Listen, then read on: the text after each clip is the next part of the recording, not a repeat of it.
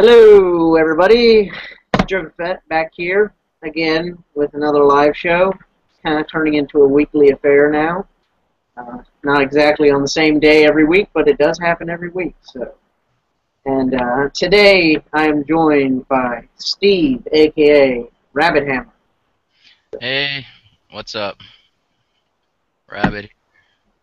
So, welcome, Steve. And, might I say, a happy late birthday to you as well. Thanks. Yep, 30. Oh, boy, the big 3-0. Yeah. It was more worrying last year. It was not as bad, you know. I obviously don't feel any older, so. Yeah. It's not like you instantly age as soon as the clock strikes 12 and you know, get wrinkles and gray hair. Yep. Yeah, I've got a big birthday coming up as well, being the number 18 birthday. Yeah. So that'll be interesting. Yeah. I don't really remember my 18th birthday. Yeah. But, for you, it was 12 years ago, so I don't remember my birthday 12 years ago much either. But then again, I was too young to remember it anyway. Yep. Anyway, for any of you guys who may be watching at home, currently we're kind of in a little bit of a funny situation in terms of who's going to be on the live show and who's not. Adam, aka Jcc2224, he is probably going to be on the show, but he's having some technical difficulties, so we'll see how that goes. Also, Tony DarthPhoenix619, he'll be most likely hopping on here in the future, as well as a potential appearance by other people who I'm not going to say because I don't have a confirmation yet, and it would be kind of rude for me to speak on their part. But, anyway, so that's how it's going to be in terms of people popping on and off, so that will be interesting. And Adam is here once again. Let's see if he still has technical issues. Adam, we haven't really gotten anywhere in terms of topics, so you haven't missed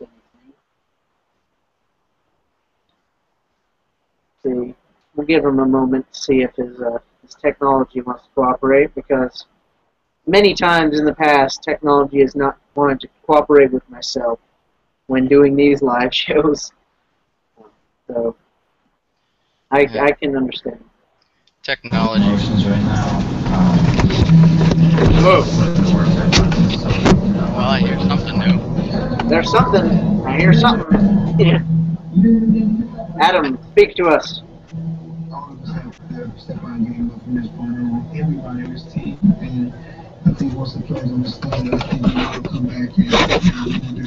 Are we watching sports highlights?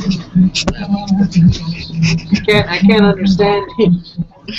Are you speaking to us, Adam? Can you hear me? Oh my god.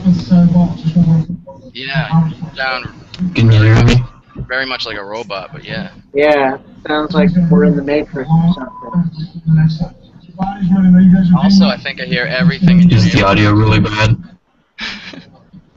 It's interesting. Yeah, the TV's on in the background. Yeah, I can hear the TV, and I was like, Adam's voice has changed. I just turned the TV off, so. That's better. Is everything all good? Yeah, it's all good. We can hear you. Yeah.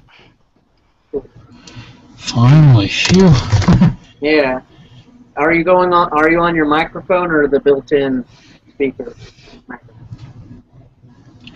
I'm using the webcam's microphone. All right, cool. Because I noticed that the sound is a bit different, but it's still good. We can hear you. That's the important thing. Yeah, it's not the same. It's not the same mic I used in the previous live show. So, I mean, well, hey, I'd rather take this. I'm gonna see if my actual headset mic will work, though. I'm just curious. Uh-oh. All right. Hopefully, we don't have any more technical issues. So, let's see. So, if you're watching at home, feel free to comment below. We're here. We're listening. And we always love to get some comments.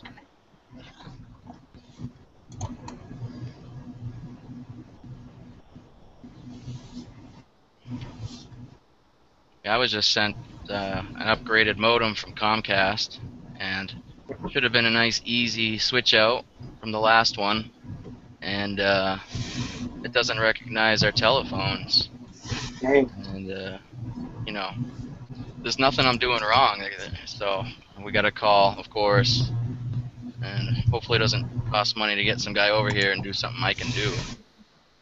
Yeah, yeah. Maybe the modem, that would be just my luck. They sent, one of the ones that was broken or something. Yeah. So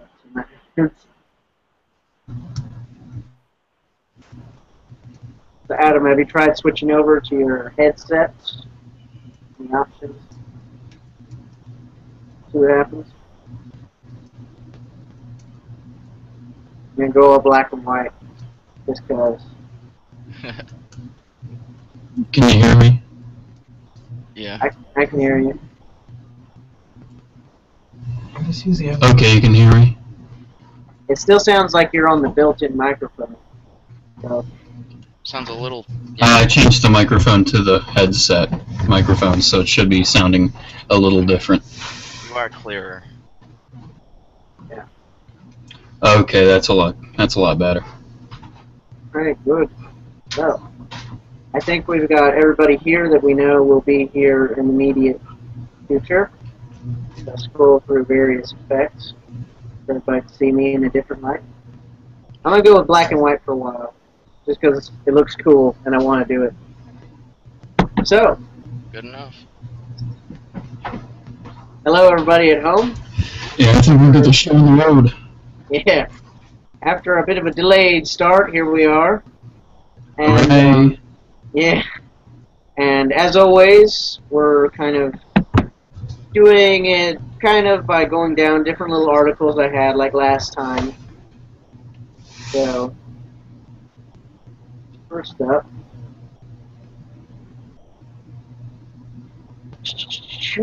Let's see, I'm going to go down to which one may seem best. So, anyway, recently on a video on the official Star Wars YouTube channel, the StarWars.com editorial staff picked their top 10 Star Wars fights. Have you guys seen that video? No. No, I didn't bother to watch it because, quite frankly, I don't care. Yeah.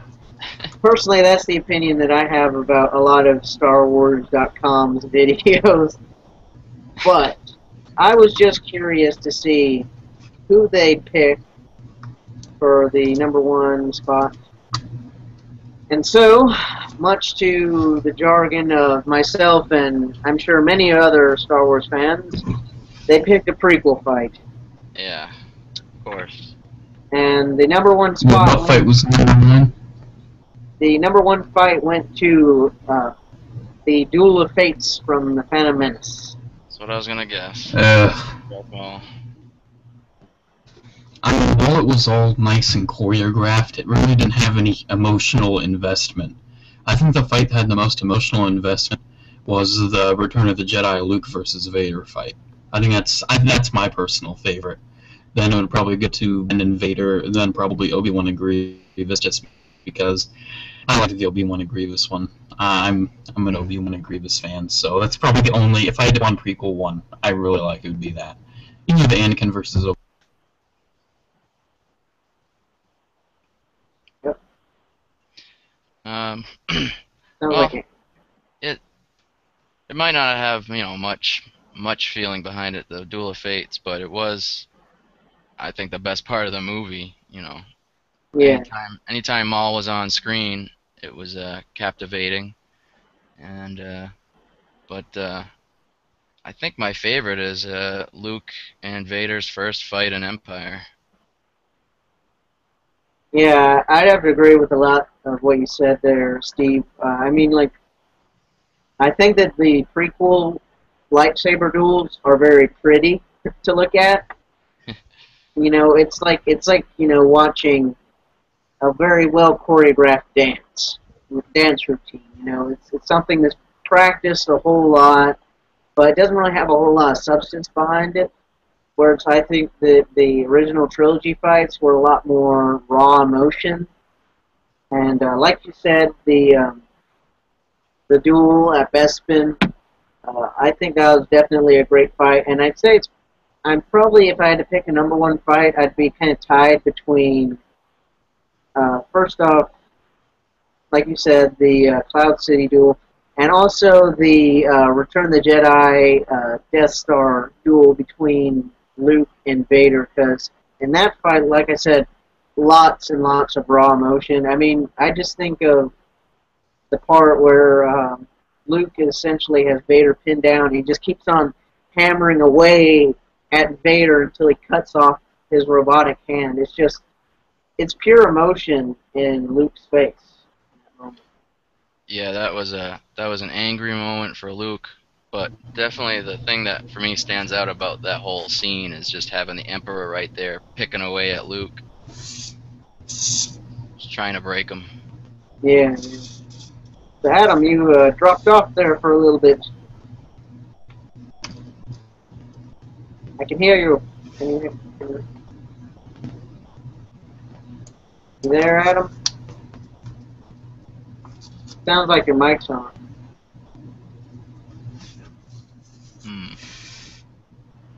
Wow.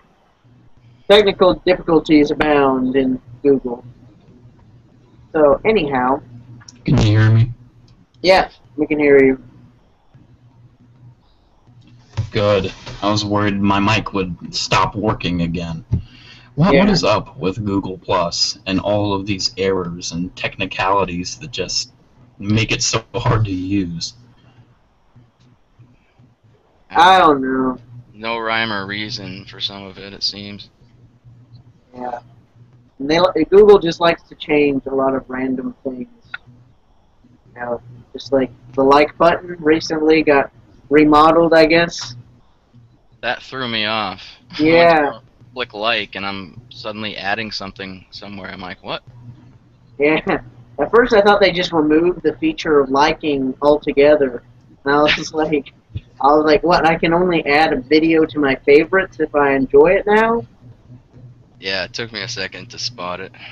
Yeah, same. I mean, it's clean, it's nice, get used to it, but it's something that really didn't need to happen. Yeah, I mean, it's like, what's the problem with the old like button, really? I know. Anyway, so just like Facebook, YouTube and Google is a service that you use every day, but you're never really satisfied with it. Yeah, you know, it's like you use it, but it's not something like, oh my god, I'm so going to recommend this to all of my friends. You know, it's not like that. Yeah.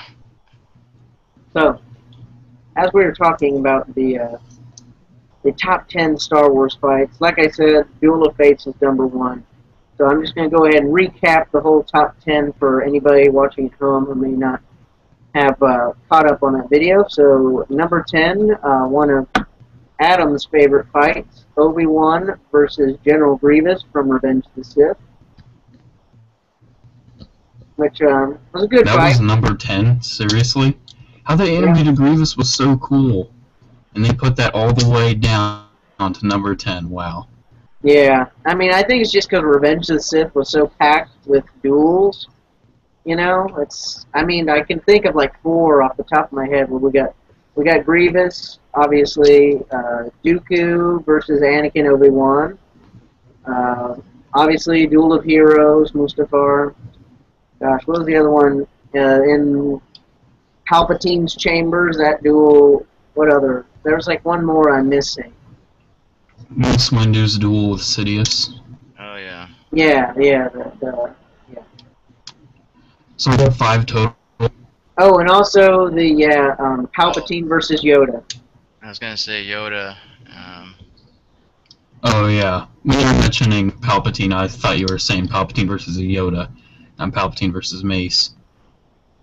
Yeah. So, there's just so many that you get them confused. Especially, you know, it's like, oh, it's this person's umpteenth duel of the movie. But, I mean, they're all well choreographed, and as I go down these top 10, we're going to definitely see a few more. Which, speaking of, number 9 on the list was Mace Windu versus Darth Sidious. That should have been number 10. Yeah. I didn't really like that. It was so funny how the Jedi just got cut down. Just how Kit Fisto went down going, whoa! I mean, I kind of laughed. I'm sorry. Yeah, they definitely killed off the Jedi Masters of the Council, like, as if they were young Padawans. Yep. It's just too rushed. Yeah. Hey, that's George Lucas for you. Yeah, I mean, I guess it's because they had to fit so many other duels that they had to cut the screen time of a few other ones. So, going on down to number 8, Yoda versus Count Dooku from Attack of the Clones. That was pretty forgettable. I mean, I like Dooku a lot. Didn't care for CGI Yoda. So it wasn't memorable. But you know, it was cool to watch how Dooku fights. Yeah, I mean, I think that the real big wow factor of that duel was just seeing CGI Yoda, you know, just let loose, which obviously is something that, you know, a lot of people had probably fantasized about in the original trilogy, like, oh, this guy was a Jedi Master, he probably kicked some ass back in the day, but we never got to see that, so, you know, it was pretty much just a wish fulfillment thing of seeing Yoda kick butt, even if it is CGI version Yoda. Oh yeah, yeah. I mean, that was the big, you know, reveal everyone was waiting for. Teased in the trailer. I'm not sure how I imagined Yoda fighting before I ever saw it happen, but I don't think it was. I don't think I would have done it again. It was just too pretty. Yeah. It's like they're out there doing an Olympic show. And, Yeah, the figure skating. yeah, I've never really seen Yoda as being the person that would lightsaber fight. Same with Sidious. It's like they never, in the original trilogy, used them. I just kind of thought that both of them were so, in a way, enlightened that they felt they were, you know, they technically were, like, above the, you know, physical, this is metal, this is a saber sort of thing, and they just used the Force as their weapon, as their essence. You know, I really don't see them being lightsaber, twirly, slashy people. And of course the prequels had to make them that, so I mean, yeah. well, good Jedis. I mean, good Jedis. It's whatchamacallit. A Jedi is, you know, he's only got so many abilities. I mean, what do you think, you know, if Yoda was just going to use Force powers, what do you think? He's just going to throw Dooku into the wall over and over again? Or, I mean, you know, they'll probably be at a point where maybe he wants to force throw a sharp object into his gut, and that's not much different than just hacking him with a lightsaber.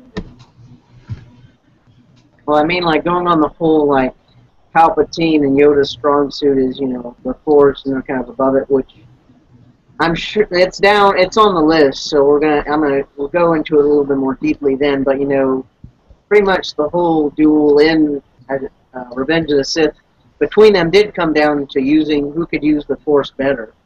And in the end, it was kind of a draw anyway. So. But we'll discuss it a little bit more here in a moment. So I guess we'll go on to the next one on the list. And this one, I think, personally, should have been higher on the list. But that's beside the point. Obi-Wan Kenobi versus Darth Vader in A New Hope. Well, I mean, you know, clearly visually, it didn't have a lot going for it, and it was quick. It was a huge moment,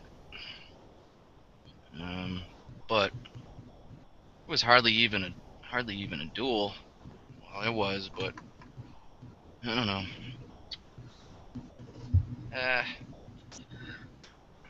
I don't know.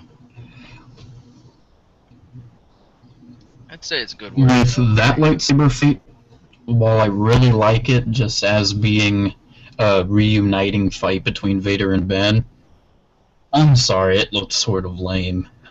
I mean, you have this guy in a big suit that's kind of struggling to move around, and you have Alec Guinness, an aging man. I mean, it's not really going to turn out to be all of that pretty, but when it comes to a lightsaber fight, the prequels want it to look cool. The original trilogy wanted an emotional investment, and I was pretty emotionally invested in that. I mean, with Ben's story about, his fallen apprentice and just seeing them reunite, I was just like, okay, I mean, this is really important, and I was so stricken when Ben, sacrificed himself. I think that should have been way higher, just due to the emotional investment and Ben dying. Yeah, I mean, I agree with what both you guys are saying. I mean, Adam, you weren't here for one of the brief minutes in which you were having technical problems. Steve and I were discussing just a minute ago how the prequels are all about very pretty-looking fights, and the original trilogy is about very emotional fights. And I brought up the example, which is going to come up once again later on down on this list, where in the original trilogy, you take the duel on the Death Star between Luke and Vader, and it's pure emotion. Like when he's wailing away at Vader until he cuts his hand off, you can visibly see the anger and strong emotion in Luke's face.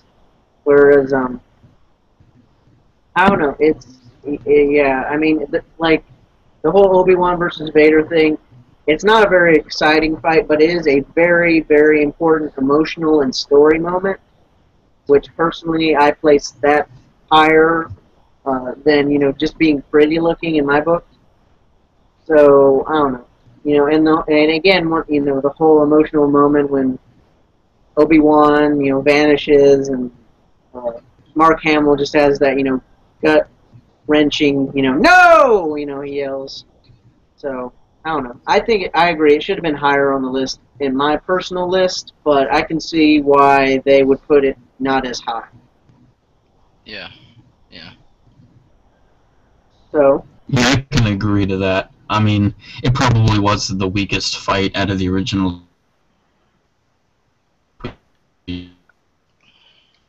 Yeah. If I recall correctly. Hey, it sounded like your audio skipped there for a moment. What did you just say? Adam?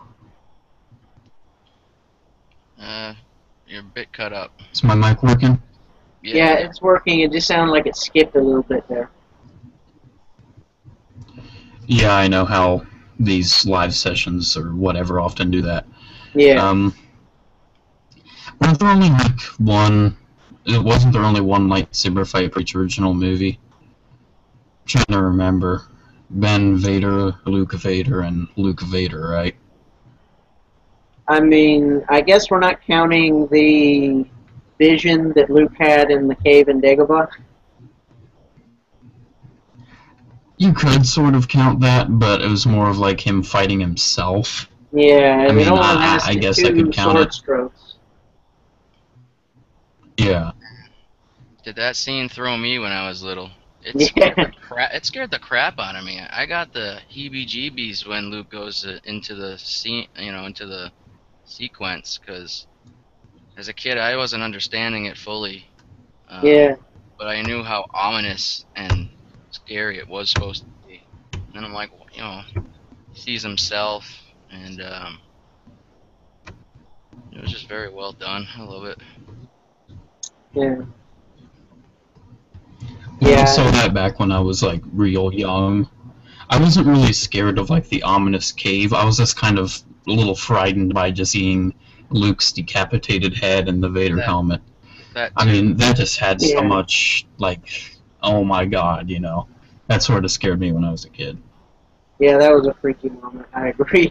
That kind of that was a disturbing moment for me as a child. Luke's head rolling around. But I love when Yoda kind of noticed him wander off. I love Yoda's look.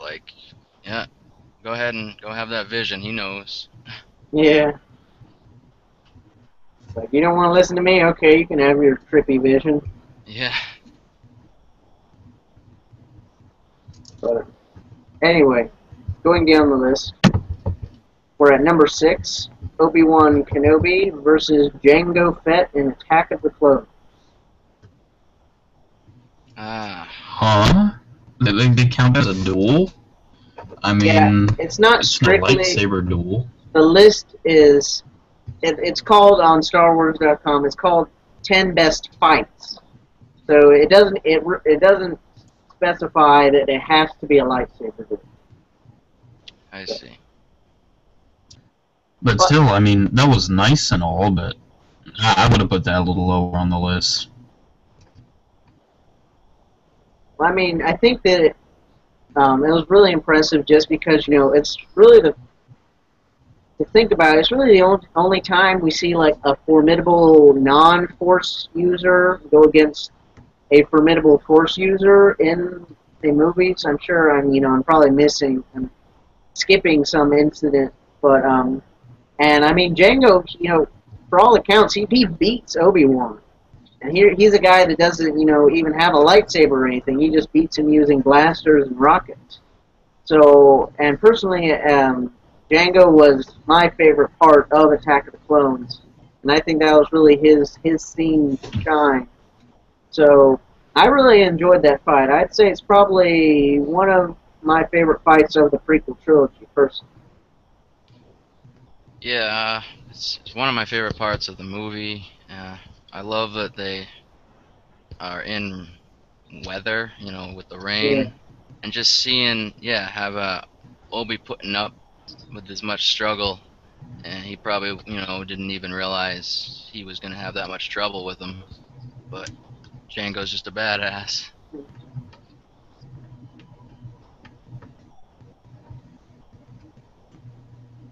So, taking a quick break. I mean,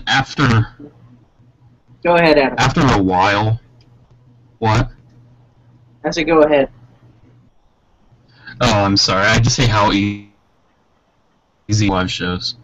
I mean, a while ago, I would have said I really liked that fight, but the more and more I see the prequels, the more and more I'm just sort of against them.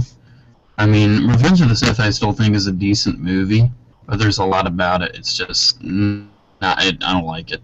But when it comes to the Attack of the Clones, my favorite part was probably the clones and Jango Fett. And while I liked that fight, it just sort of shows like, oh, Jango Fett's a real badass, not unless you get Samuel L. Jackson there, then he's just going to kill him with one swift stroke. You know, it just sort of misrepresented the character in a way. I mean, either that fight was just a little too cool for Jango, or Jango's death was just a little too stupid. I mean, it's one or the other. I mean, I liked it. I mean, it looked nice. Was it Daniel Logan? Is that who played Boba?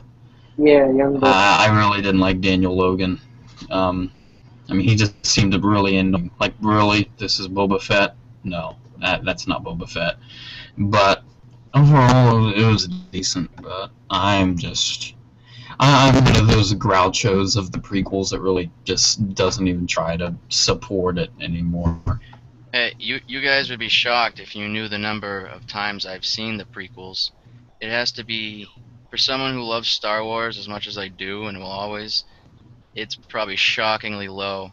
I probably One didn't. time. I don't know. You know, I don't know. It's low, but I didn't even watch Attack of the Clones in its entirety till like years after the movie was out on DVD. And with good reason, too. Yeah, I know. I was scared. I didn't. I remember my experience at the theater with Phantom Menace, and I was just, you know, I don't have to rush to see that. And Yeah. I don't blame you, to be honest, you know. But real quick, I am going to come to the defense of Jango Fett, which is crazy because I'm defending a prequel movie. That's just not me. Personally, I haven't seen the prequels in several years now, which is pretty crazy because I was somebody who grew up with the prequels. I was the target audience of the prequels, but now I've just kind of more OT. But in terms of Django's death, I always interpret it as Django got cocky.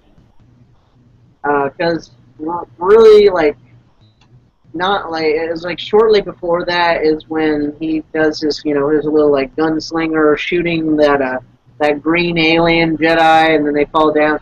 So I always interpreted that by that point Django had gotten really cocky. Here he was, he was standing with all the separatist leaders, rubbing elbows with them, and he just thought like, oh, this will be really impressive if I kill one of the Jedi Council members, and so he goes down, and of course he gets attacked by the Rhino alien, whatever it's called, and that busts up his jetpack. So right then and there, his equipment, he's kind of at a handicap because he can't use all of his equipment. And then, at that point, Mace is just, he's in self-preservation mode, and that's how Django ends up dead. So that's how I always explain his death, which I know is not the best explanation. It was still, I think Django deserved better. Personally, I would have rather, see him live on into episode 3 and then have him die there. But I guess then that would be kind of weird because the clones would be fighting against their template.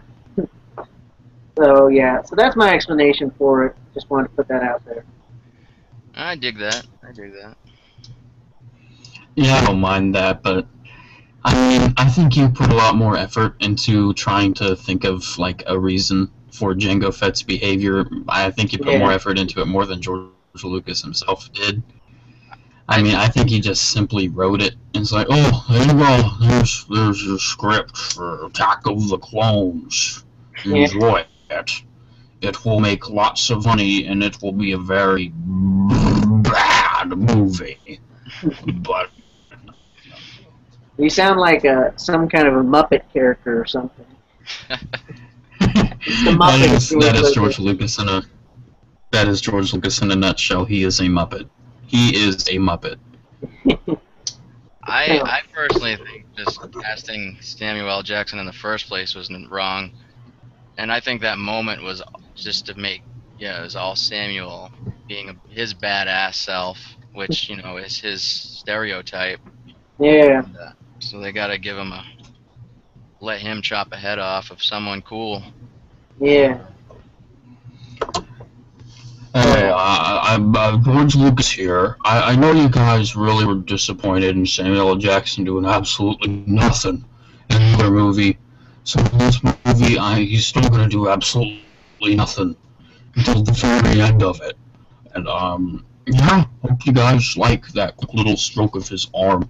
And when he looks up at the people, the separatists just saying, yo, bitches, I'm coming for you next. George Lucas, you're gonna see this movie.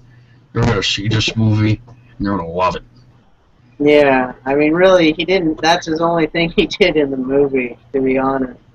And I remember that they oh gosh, there's this one commercial I remember very vividly from the press hype surrounding Attack of the Clones, and it was a Go-Gurt commercial. And they used like a clip of Obi-Wan and Mace like fighting back to back, and it was like they had different colored Go-Gurt tubes, and they're like kids. I don't know why that just popped in my head when you said that. I don't remember that one. I'm sure it's on YouTube. Somebody can find it and look it up. Yeah, it probably is. Anyway, I just want to go to the comments really quick because we got a couple from He the Angel, who is a good subscriber and friend here on YouTube. And he's kind of being a smart ass here. I'm just going to call you out there. And he says, I don't know if this live show was scheduled as spontaneously as I would have liked to be. I do like that it is geekier, though, almost 22.2% by my calculation. He's our smart aleck viewer, I guess. But anyway, his second comment is when we first opened up about the whole top 10 fights in Star Wars. He said, "Don't forget the Anakin versus Anakin duel in Episode 3. Internal conflict does count, right?" So yeah, I guess that does kind of count. Anakin is dueling with his conscience, but Hayden Christensen does a shitty job with it, so I don't count it. George Lucas back here again. I really didn't know how to cleverly portray his inner conflict, so I tried to make it as like in your face as possible by having him dramatically look out the window and cry so much that you just knew he was thinking inside, man, I gotta do something. I am so internally struggled with myself. And instead of making it subtle, like Luke Skywalker, when you see in his aunt and uncle, just, you know, that was subtle, that was good, but no, it had to be the full-fledged tears and just the frustration and the getting up, you know, waking up from a nightmare like a couple times and just in the face, because no one is smart anymore. No one's smart. I'm not smart anymore. You know, you know the term perfect storm? Well, you know, whatever the opposite of that is what you get with, you know, George Lucas, where he was directing at the time, and Hayden Christensen as the actor. The perfect shitstorm. Exactly. It's the perfect shitstorm. And, oh my god. I mean, I don't like sand. Oh my god. Yeah. Are you saying you were not pleased with the final product of my movies? Well, you never are. You're gonna make 5 more cuts of them. Yeah. That's the ultimate comeback to George Lucas right there. Yeah. I'm glad we're recording this so we can all remember that. E the Angel, in reference to George Lucas's spontaneous appearance on our spontaneous live show, says, "Wow, you guys were able to get George Lucas on and have him talk about the prequels. That is spontaneity." Yes, I decided to talk about stuff that I would never talk about normally, like the Star Wars Holiday Special. I consider that to be one of my, like, lesser-known masterpieces. I truly, every Christmas I wear a Life Day Wookiee robe, privately, of course. But, yeah, that old Clone Wars show, too. I always like, no, it's just our Trooper Commander on the toys. You can't be Fordo, but that's because I love it so much. Yeah, let's just get rid of that good old show, and we'll give it like this new reboot. Yeah. Yeah, that's our thought. Exactly. I hope you buy my toys. Buy my toys. Give me money. I think it would be funny if the fans, like, at the same time, all send like a great remastered version on a Blu-ray disc of the holiday special and just send it to Lucas. Yeah. I would love it sends if you one. did that. I would love it if you did that. I would also love it if you stopped giving me shit about the original releases of the movies. There's a rumor going around about that, and I hope that my official statement here is that it will never happen, because I hate the fans, and I hate the fans, but I adore money. So just buy my toys, buy the toys, please. And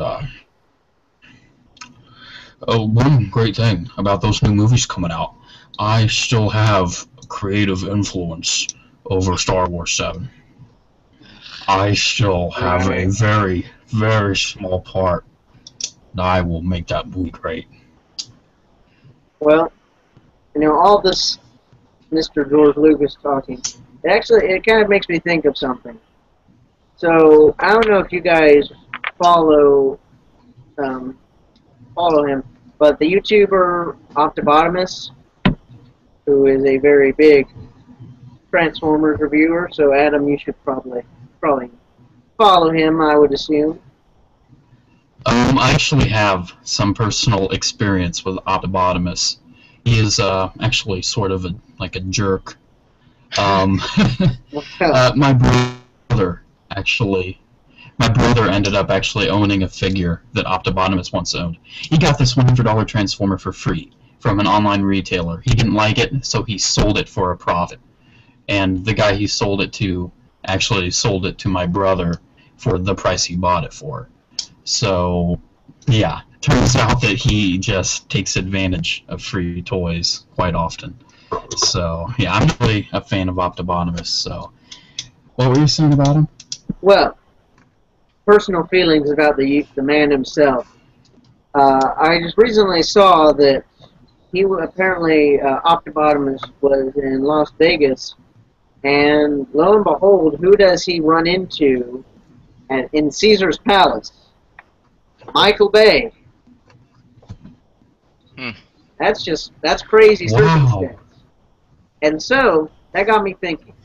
Michael Bay. A lot of people don't like him because his Transformers movies are generally kind of really sort of shitty.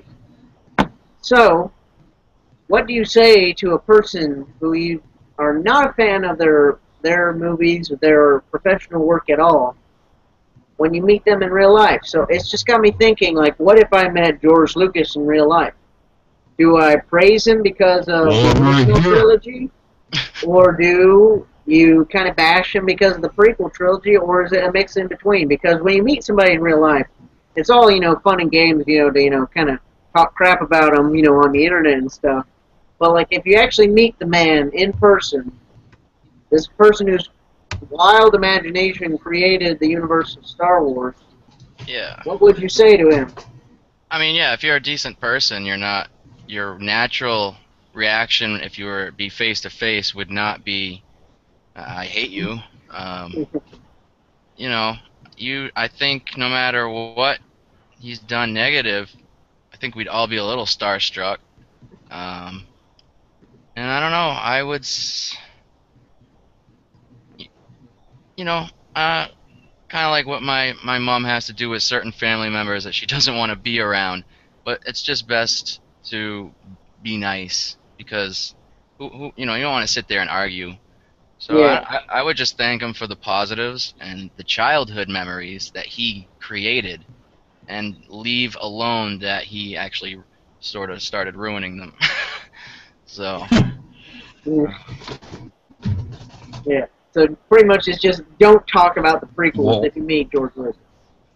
I wouldn't bring it up. Well, if I would ever meet myself, and I do on a regular basis, I would just say, where did my life go wrong? I would just look at myself. But seriously, if I would actually see him walking around, shopping at Target, buying various Star Wars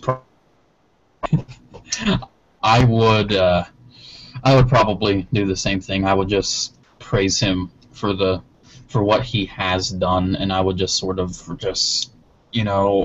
avoid talking about the prequels. And if I liked the prequels, I would say I was fond of them, but because I only slightly like Episode 3, I certainly wouldn't mention them whatsoever. Yeah. But I hope I meet you guys soon. I'm gonna be at my house every day for the next years until I die. So swing on by. We can talk about the glory that is my involvement in Episode 7. But seriously, it seems like a lot of people ignore the fact that he does have some creative input in Episode 7. Yeah. Obviously, probably not going to be as much that as... That sort of scares me. Right, it's scary. I almost don't want to think about it. Like, we don't know what level of input he'll get, and, I'm sure we're just all hoping not much. Yeah. Unless, I don't know, maybe... I think his filmmaking truly died with Howard the Duck. That would make sense. But there's, there's a lot of people I would like to meet that were behind the making of the originals. There's a lot of guys that had, input and it wasn't all George. And I think what you get when it's mostly I all don't want to George meet is a anyone. prequel.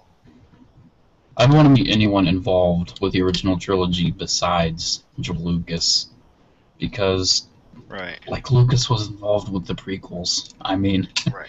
the thing about the original trilogy that was so good was that he was told no.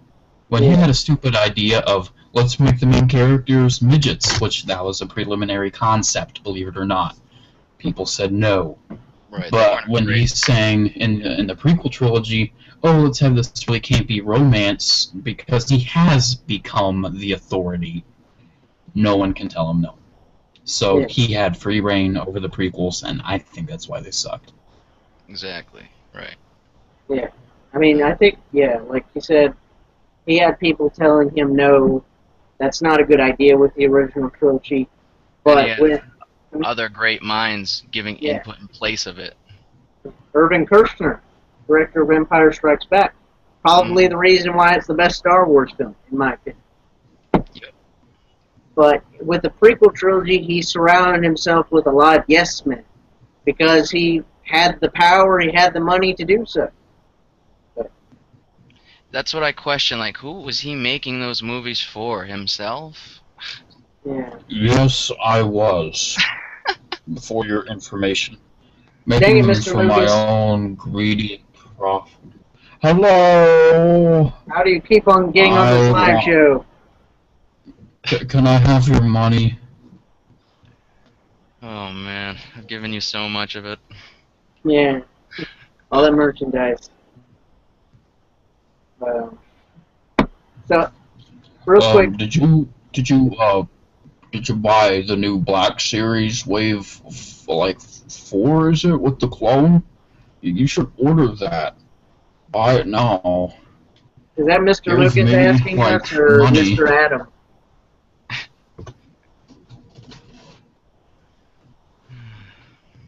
Silent. The sad thing is, I think I'm the only one. I think I'm the only one here out of the three of us that actually does own the Wave 4 Anakin and Clone Trooper. And I was just making fun of people that buy them. I mean, yeah, I still buy Star Wars figures from time to time, but I'm telling you, it certainly has taken the wayside, and Transformers is my, that's on the pedestal now. Because, I mean, a certain someone, me, George Lucas, had to ruin it. And also Hasbro. I've really been working with Hasbro to ruin your childhood memories. So, yeah, I think all of the Darth Plague aside, I think all of those rare figures were melted to create my own personal plastic bath. No, they were made to make the new Greedo and Han 2-pack. Egg warmer. That Han and Greedo 2-pack. That Han and Greedo 2-pack was my own idea. Well, it was gonna have a mechanical function where Han's neck somehow glitches to the left, very unnaturally, and Greedo shoots first. It almost went through production. Yeah.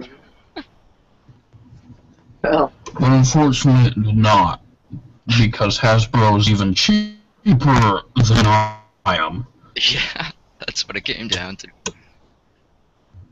Well, real quick to go back to the comments, E the Angel is sticking it with us.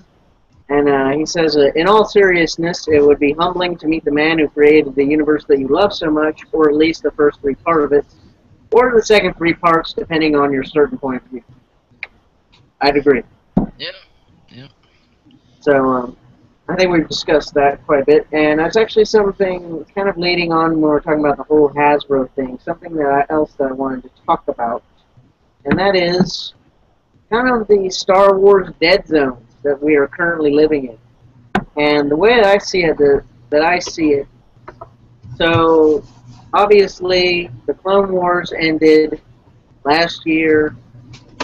Not a lot. Pretty much since then, Star Wars has kind of been silent, really, in my opinion. I mean, the Vintage Collection ended around the same time, roughly around the same time. I was replaced by the Black Series, which killed a lot of people's enthusiasm for Star Wars collecting. And then we get the TV show canceled, which was the main form of which we were getting new Star Wars content. And so is this just like the transition in between the Lucasfilm and then the Disney buyout? We're just kind of in the dead zone right now where nothing's happening because companies are shifting licenses, or what do you guys think?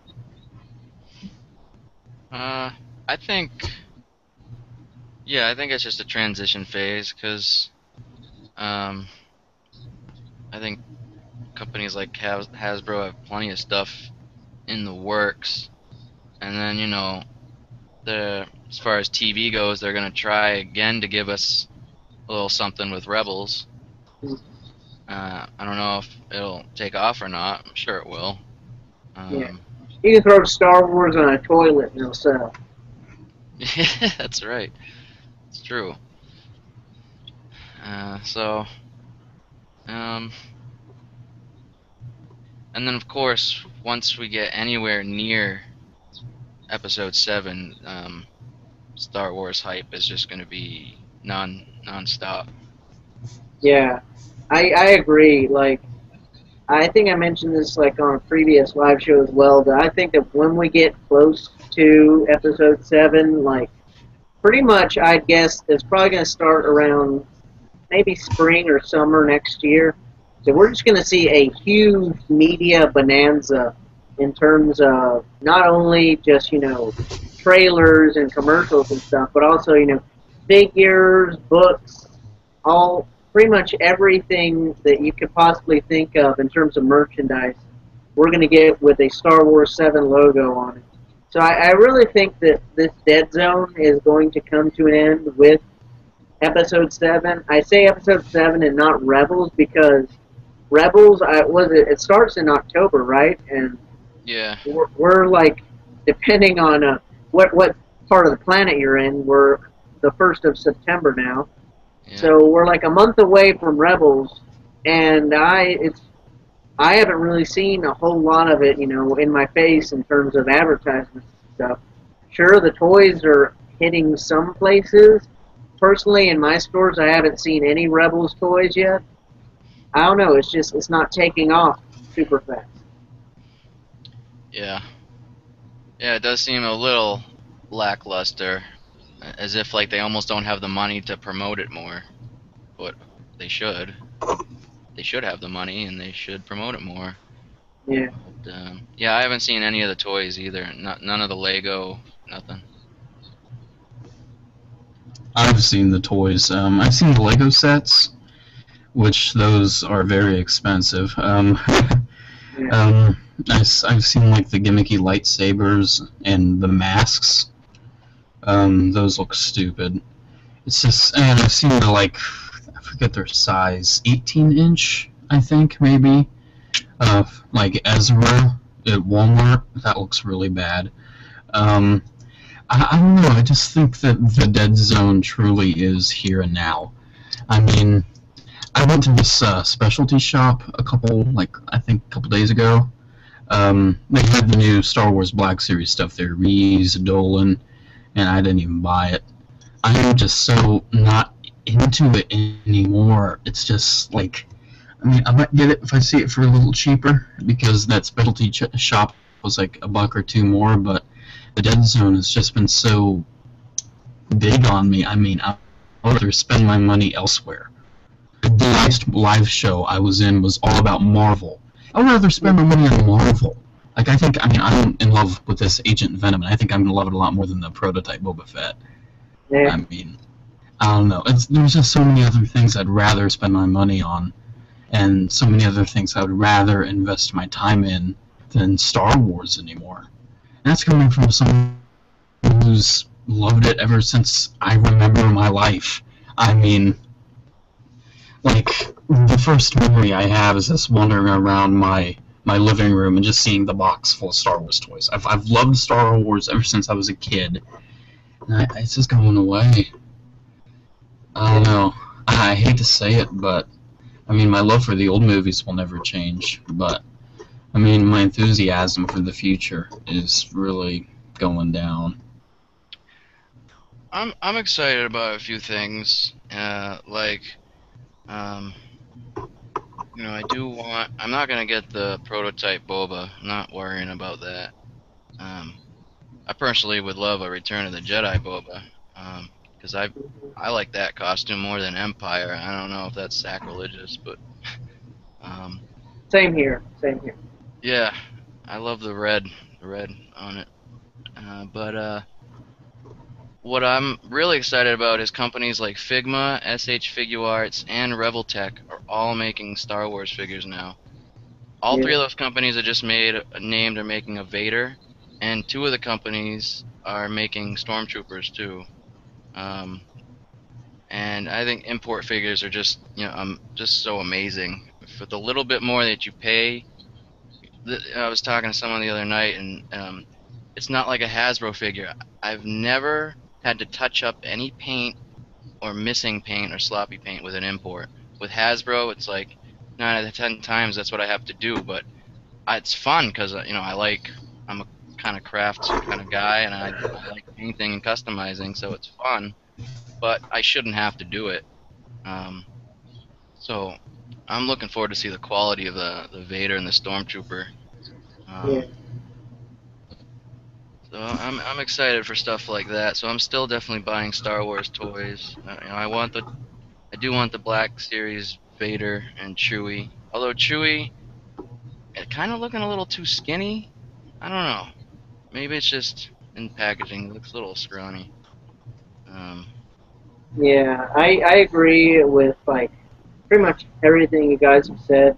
I mean, I think that definitely I'm suffering kind of from a same thing, from a similar thing as Adam is with, interest is just kind of my interest in buying Star Wars stuff is declining. I mean, as always, I love the original trilogy. That's not going to change anytime soon. But it's boring to be a Star Wars collector at the moment because it's just Hasbro is just not giving us exciting new stuff. Maybe they're just saving all their energy for Episode 7 and all the merchandise they're going to make for that. But yeah, like you said, Steve, with new import figures. Personally, I don't really have a whole lot of import stuff in my collection.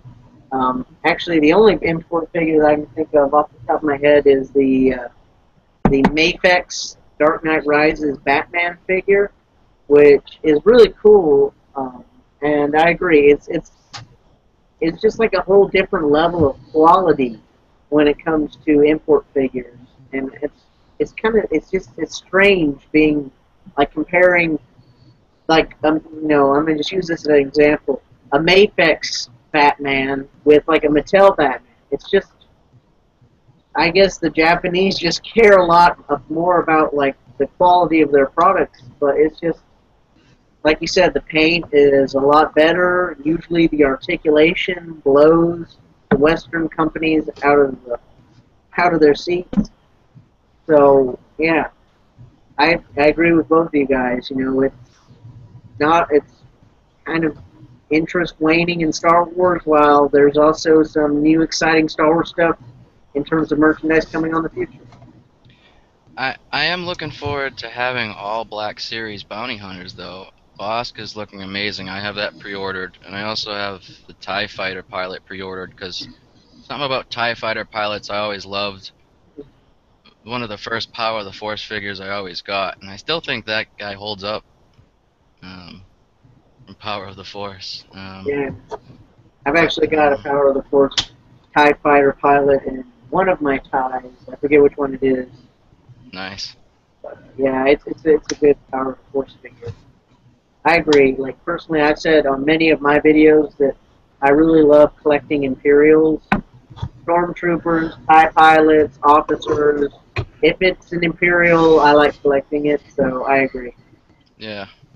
They're fun. But I know figures never look like their prototype Yeah. counterpart. and we'll get stuff like, Tony complaining that the clone was a little wobbly. I got some Marvel Legends that have that wobble. Again, Yeah. that's not going to happen with the import figures. You're paying a little more, but yeah, accessory-wise, articulation and paint. And as we go more and more into the future, they're getting more licenses. Like, I'm a big horror movie fan, and Figma, I just saw it released a certain character from the 1978 Dawn of the Dead movie, and I have that figure. His name's Flyboy. I have the NECA figure. Um, I kept it mint on card though because it's basically a statue. But I never thought I would see a fully articulated Flyboy, and Yeah. of course, leave it to Japan to make one, and it just has all these accessories. You can head swap and turn him into a completely second figure if you wanted to, and I can't wait for it. I pre-ordered that right away, and Nice. I mean, in terms of Western companies, I think that NECA. Oh, hey, we're Tony. Hey guys, what's up? hello. Return of the prodigal Tony. Hey Adam. Is that Rabidhammer? It Yeah. is. Hey Steve, happy birthday, man. Still your birthday here on the West Coast, I think. Yeah. Excellent, excellent, nice. Thank you. You're welcome. You're 30, right? I am. Yeah, welcome to the 30. My sister referred to it as the dirty 30s. That's what my wife calls them, the dirty 30s. Let I me was just like, tell you, they're not that dirty. yeah. I'm like, what kind of person do you think I am? What are you guys up to? What are you guys talking about? Well, we're very glad you could join us, Tony. Yeah, I had some time. A little late though, but I was hanging out with the family. You know how it is. Yeah, it kind of feels like a repeat of the first live show we did when I came back. You two, you joining us in the middle here, but Yeah, exactly. so anyway, we're actually just discussing the merits of import figures, and I was actually about to say because Steve just brought up a comparison between a NECA version of a character and an import version. And I was going to say that NECA, I think, in terms of Western toy companies, is probably the best in terms of quality right now, I'd say. Because, I mean, Mattel and Hasbro, they're kind of, I think they're kind of on the decline when it comes to quality right now. But NECA, I think, they're just getting bigger and better as the years go on. So, Tony, I don't know if you have a particular opinion on it. Well, in regards to NECA, the only line that I collect is the Pacific Rim figures, which I love. I mean, I think they're fantastic. Wonderful sculpts, great detail. They are a bit fragile. I know a lot of people have had problems with some of the Jaegers, especially with their limbs falling off or whatnot. But for the most part, compared to Hasbro and Mattel in regards to their detail and whatnot, way better, and not too much of a price difference. I mean, when you buy a NECA figure, you're about paying $20, and when you compare that to a Hasbro figure, like a Star Wars Black Series or a Legends figure, it's pretty much the same price. You are definitely getting more quality when it comes to NECA. So, I mean, yeah, I would agree that definitely compared to those two lines, NECA does a lot better in regards to their scope and detail. Yeah. Yeah, I mean, they are one of my favorite companies over here with us, and they've stepped it up so much. And the figure I did refer to that's kind of static is an old one. So that was yeah. back when it was more about the sculpt, which now they have sculpt and good articulation. Yeah, sometimes can be fragile, but I think the most fragile figures for me have been, and I'm gonna stop collecting them, as the Walking Dead figures. As much as I love Walking Dead, and the new figures excite me, I still want to get them all, but I'm starting to focus more on stuff I really like, and with all the figures, I'm not even, I'd sell them, but half of them are broken and super glued. So I'm not even gonna bother, Someone would just buy a mint one for $12. So, um, yeah, McFarlane. I love McFarlane. I owe him so much. I got very into drawing and Spawn and toys because of him back in the day. But toy-wise now, I don't, I don't buy much. It was exciting when he was doing the horror movie figures and stuff was new. But then NECA got better at it. Yeah, I think, because I know personally, well, I don't, not personally, I'm just saying that I know that a few of the people that now work at NECA were former McFarlane employees, and I think that, like, NECA in a lot of ways has become the new McFarlane, because, back in the day, I know that the line of figures you're talking about, like the horror movie classics figures that McFarlane did, and those look great, and they also did this really cool Alien Queen figure for the AVP movie, which personally I don't have, and I'm not going to get because NECA's making one now. But yeah, they made like some really great quality. But then and I collected a few Halo figures back in the day. But then I really lost interest in them when they did that. They made that change to that weird 5-inch scale that doesn't work with anything in your collection. Yeah. So at that point, my interest in collecting McFarlane stuff was kind of plummeted drastically because I like to, I either collect 6-inch/7-inch or 3 3/4 inch. Those are my two groups. I don't like awkward in between. The only awkward in between I like accepting have been the imports. Yeah. Some imports I get go with Legends great. Some are a smidge shorter, but I don't mind because I'm not a scale junkie, but I do like say I have all my Legends up in one spot. I'm wanting them all to be the right scale, but if it's like just a totally different company like an import, it's just like a standalone figure. I'm not going to be putting them with any teams or anything. It really doesn't matter the scale because the quality's there. Like I got the Rebel Tech Alien Queen and Alien Warrior, and they are. You'd be surprised the scale, how small they are, but man, are they just packed with amazing detail and quality, and you feel good about what you're paying still, even though it's kind of a small product. Speaking of which, in terms of Marvel Legends, Adam is kind of becoming a convert, it would seem, even though he'll deny it.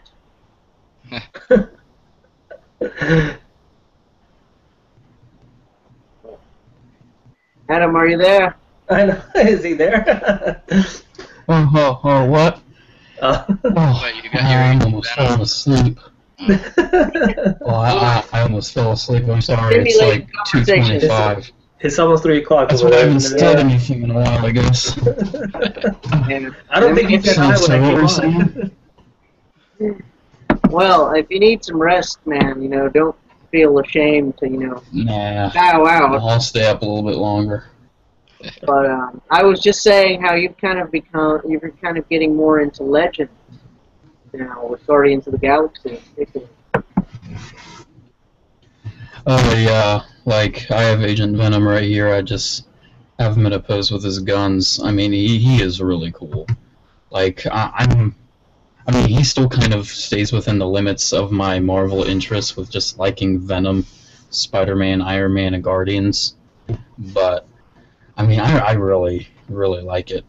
It's probably up there with one of my more favorite Legends, but I think I only have like 15, 16, which isn't all that much, but still, I mean, it's enough to, warrant a whole shelf for him.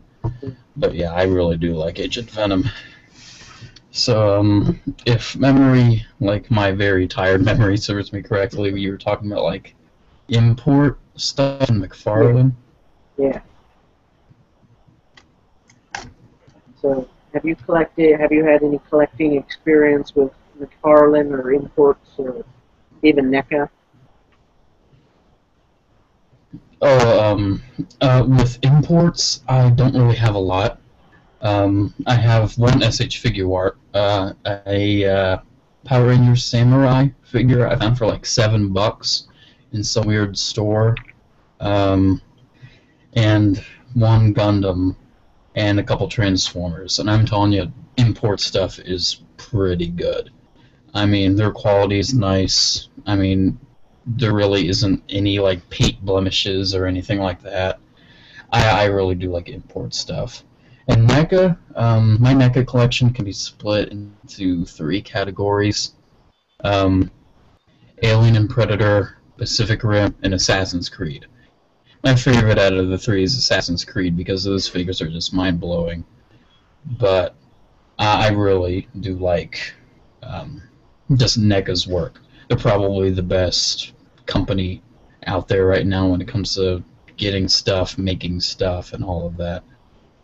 McFarlane, I only have 2 Halo figures and some Assassin's Creed stuff, and I think Rabidhammer mentioned something about them being fragile, and yeah, they really are. One of my Spartans, or whatever they're called, his gun broke, and I'm just like, oh well.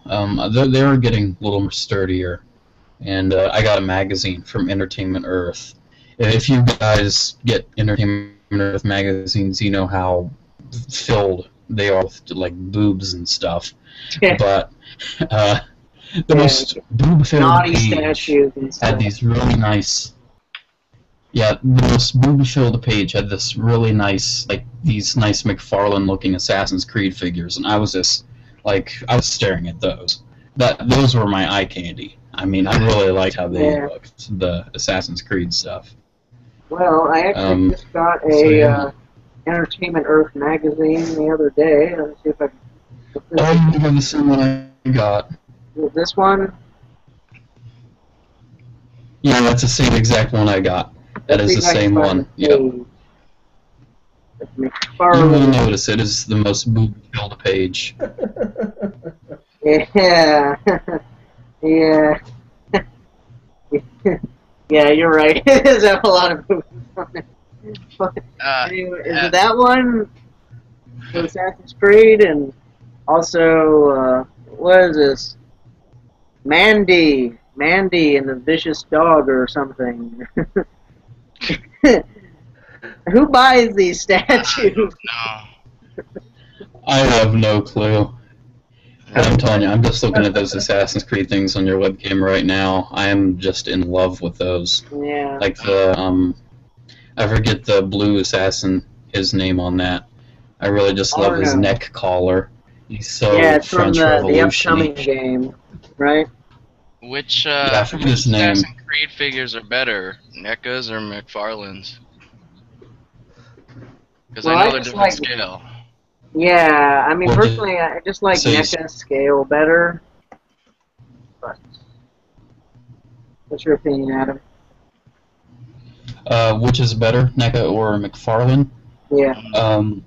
I would have to say, well, like when it comes to NECA, I mean, I was gonna go into detail, but I think NECA is overall better. But with those in the magazine, those are better than the NECA ones. I'm telling you, McFarlane has really stepped up their game. That Atabai, Ezio, Altair, and whoever the other guy is, they look stunning. I mean, I'm telling you, I'm buying all 4 of those. Like, on site, I am buying those. I can't believe how good they look. Yeah. Are you sure you don't want to place in a category for this Mandy statue? With the removable clothing, right, Logan?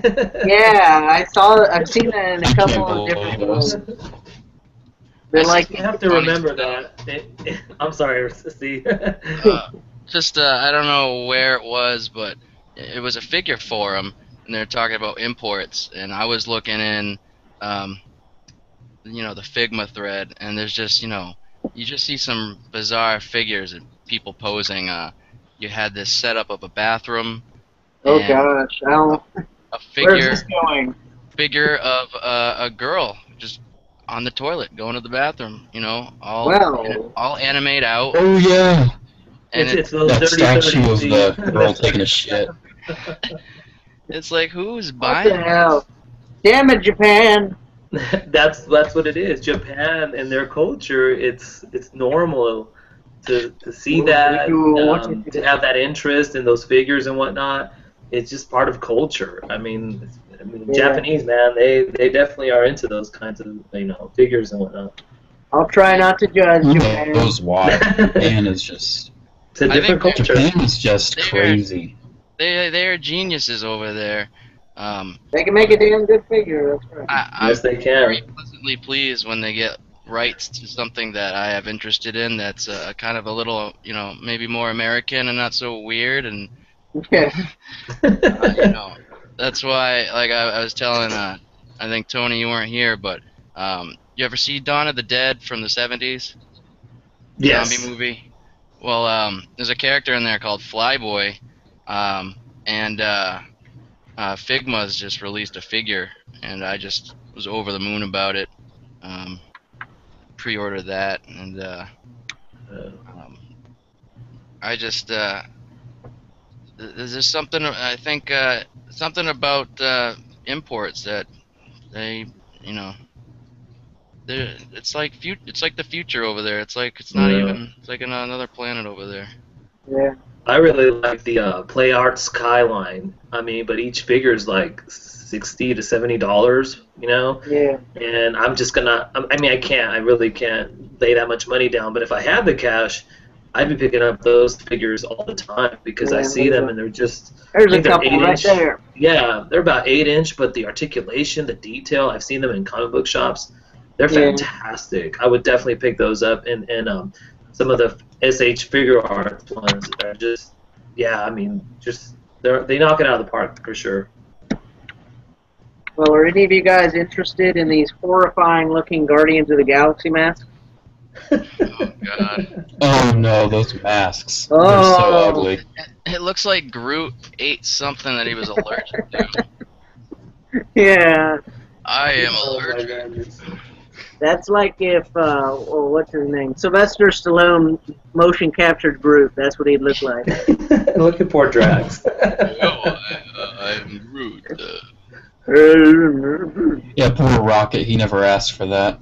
Yeah. Oh yeah, that's awful. Oh, anyway, say goodbye to the Entertainment Earth magazine, everybody. Going back to the import stuff, me being a Transformers collector, it is really hard to avoid importing at least 1-2 figures a year. And I'm telling you, they're really expensive. Like something that would normally be $10-15 is like $40. And they're like maybe one step up over Hasbro. They're not like leagues and bounds. But I'm telling you, I really do like imported Transformers, and like one of my favorites, Breakdown from Transformers Prime. I know Tony has some of the Transformers Prime stuff. I have all that of it is except for one that of. one. But do you know how much Oh worth now? man, Breakdown is such a great figure. I like if you can ever track it down, I would try to get it for like 50, even $60. I think it's worth it. Dang. But he sells for about 100 to 200 online right now. Dang. I know, he's the only one I'm missing really? in my he's the only one I'm missing right now in my Transformers Prime collection. I wasn't collecting all the characters from the show, and he's the only one I'm missing, but he sells for so much on like Big Bad Toy Store or Amazon or whatnot. I'm trying to find him at a convention for cheap, but I would definitely pay the $50 or $60 for him if I found him. So, from that, Transformers Prime is what got me into Transformers. So yeah, I have all the characters. The only one I'm missing is the Jet Viacon General and the kids. Those are the only two I'm missing to like complete the whole like cast of characters. And it really pisses me off. So I have a question for you guys. From that, the whole like $200 Transformers figure, what is the most money that you paid for a single figure, and what was that figure? Let's see. I know mine. Real noggin And scratcher. it is such a glorious, glorious figure. Masterpiece Soundwave. Oh yeah, it was the Toys R Us version, actually. My brother got it for me as a Christmas present, but he sort of like told me how much he paid. $150 for that thing, and I'm telling you, yeah, I mean, that figure is so expensive, but it is so good. Yeah. That is, oh man, I cannot get over how cool that thing is. That is certainly my, like, if there's only one, like, collectible I can keep in my collection, it would be Soundwave. That is my favorite.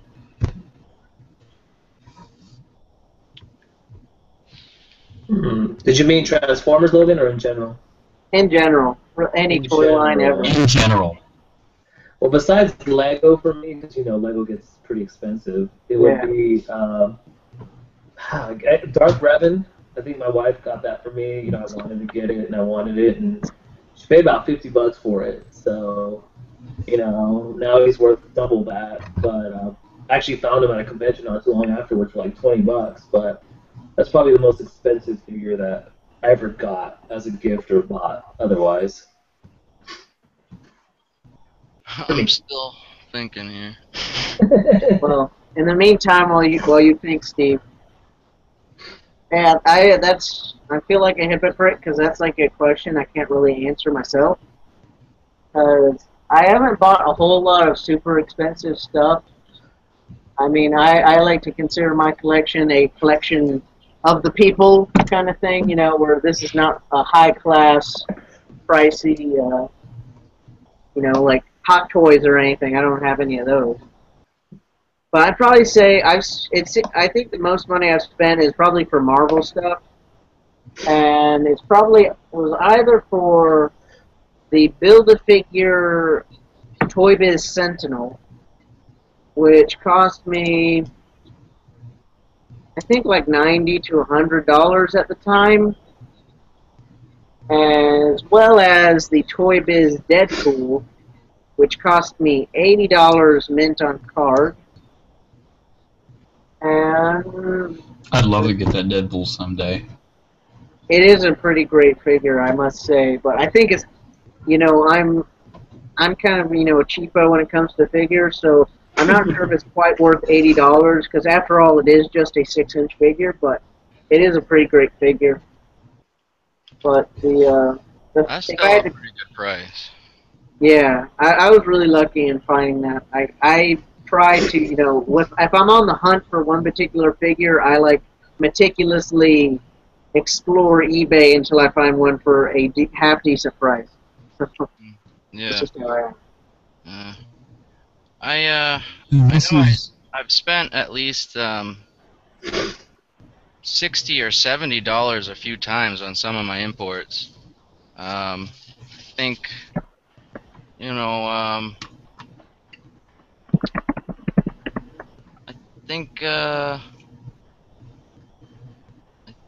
think one of my SH Figuar aliens came to 60, and I know it's cheating because it was a 2-pack, but the Kotobukiya Stormtroopers that I bought, those were $80. I'm trying to think what I paid for Vader and Boba Fett Kotobukiya. I know I got them. I think they were probably like $50. So the person that spent the most on their most expensive figure. I guess so. You're rolling in the money right there. I've overpaid. Hooray. Yeah. But I would definitely. Oh, go ahead, Logan. Oh well, I was just gonna say real quick a shout out from the Forces with Jesse. He wanted me to tell everybody good day. Of course. Good day. So he says hello from the land down under. Australia land. Yeah. Yeah, it's like 2 in the afternoon over there. Yeah, something like that. It's tomorrow for him. He doesn't even get Labor Day. Oh, he does it. Oh. Which is why he couldn't join us earlier, by the way. Yeah. But anyway, Tony, you were going to say something before I I was just gonna interrupt. say that even though I haven't paid that much for a figure, there are there's certain figures that would make the exceptions for it. I think, like I mentioned with the breakdown, if I ever see that at a convention, for a good 60 to 75 bucks, I'll probably end up spending that much money on it because I know how expensive you can get online. And I've been thinking about it, and just I just haven't pulled the trigger on the 3 3/4 inch XR Coon, which is the only Sith figure I'm missing in my Hasbro collection. And he tends loose. I think he goes for about 60 or 70, and I'm thinking I'm just gonna have to pull that trigger and get him, even though it's crazy ridiculous. But it's the only one I'm missing. That XR is like the rarest modern Star Wars figure, right? It's up there along with another Star Wars comic pack with Thome and Trassa, the Jedi's, the girl Jedi with the long greenish hair.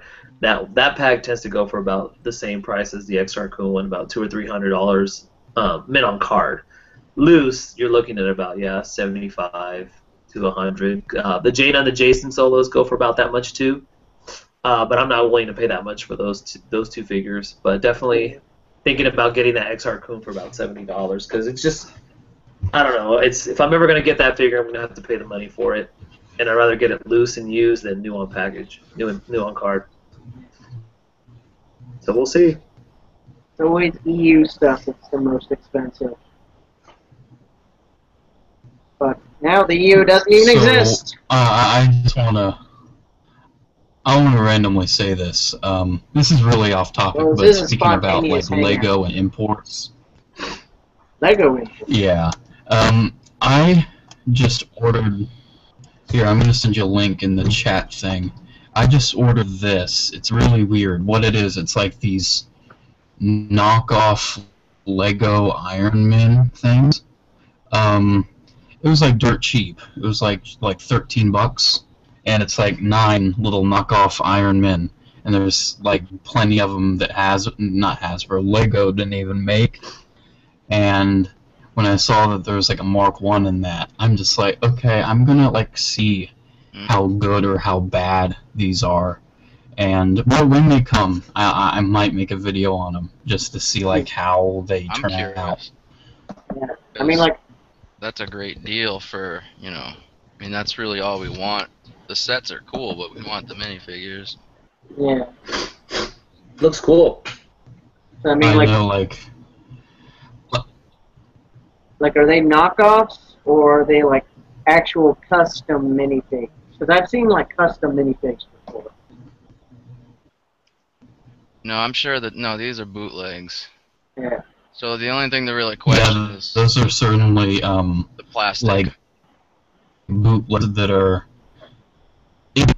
but they're also like in a way third party. Like, oh, we're gonna make this that Lego probably never will. Sort of like third party Transformers. How it's like, oh, instead of Ultra Magnus, we're gonna call him, what is it? Citizen Stack. Yeah, and we're gonna sell that to you. It's sort of like that's what they sort of are. But I mean, I was just curious, and I've been playing Lego Lego Marvel so much. I just kind of wanted an Iron Man, so I just ordered that, and I also got like this easy to build set with Venom and Spider-Man in it. I really do like that Venom. He's neat. Does he have the tendrils and everything like in the game? No, he didn't. He came with 2 tendrils instead of the 4, and you couldn't mount him on his back. I really don't mind because I never grew up with Venom having tendrils or anything on his back. Yeah. I always grew up with like a big beefy Venom, like when he transforms, in the Lego game. Yeah. Into like the big Venom. That's the Venom I always grew up with. Yeah. So, I mean, I'm so tired. I'm kind of losing track of my own thoughts. If you want to see a pretty cool Venom, before I inserted that.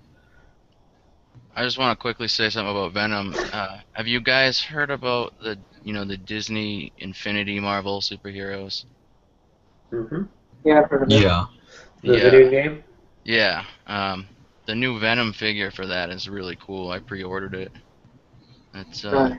it's on Marvel.com. Yeah, because like it's like I need to look into that, see if what is that that? looks neat. Because I'm kind of on a Yeah. Venom kick, trying to get every Venom figure that I kind of run across. Yeah, because the Disney Infinity, those are like little statuettes, and like you can like Yeah. buy them and you put them on the little game tray, and then you get them in the game, right? Yeah, I think it's along the same vein as all that. Like Skylanders. Yeah, Skylanders. all that stuff with the Yeah, it's kind exactly what they are. It's like Disney Skylanders. Skylanders, except for with licensed characters. Ching. Yeah. It's a cool Venom. I just saw it. I like it. Yeah, it's cool. You know. I mean, I'm gonna look up a picture of it and share it on the screen share. Yeah, I see that you sent a link to the picture. Oh, speaking of like comments, do we have any comments in the video itself? Well, yeah, we do. We got a few ones. E the Angel says 30 USD for Raxus Prime Star Killer. Dumbass, I passed that pack so many times in the store because I thought it was too expensive at the time, which obviously it's gotten more expensive since then. Mm. And Tony actually commented back something. It says that he needs it too. Yeah, that's another one I need. Yeah, and E the Angel says that you have a stronger will than I. At $60, I would just say screw it and try to make my own XR Coon, which E the Angel, of course, is a. He could definitely do that. I try to customize something that'll come out all kinds of wrong. You gotta have a certain skill to do that. I don't, so I'd rather pay the $60.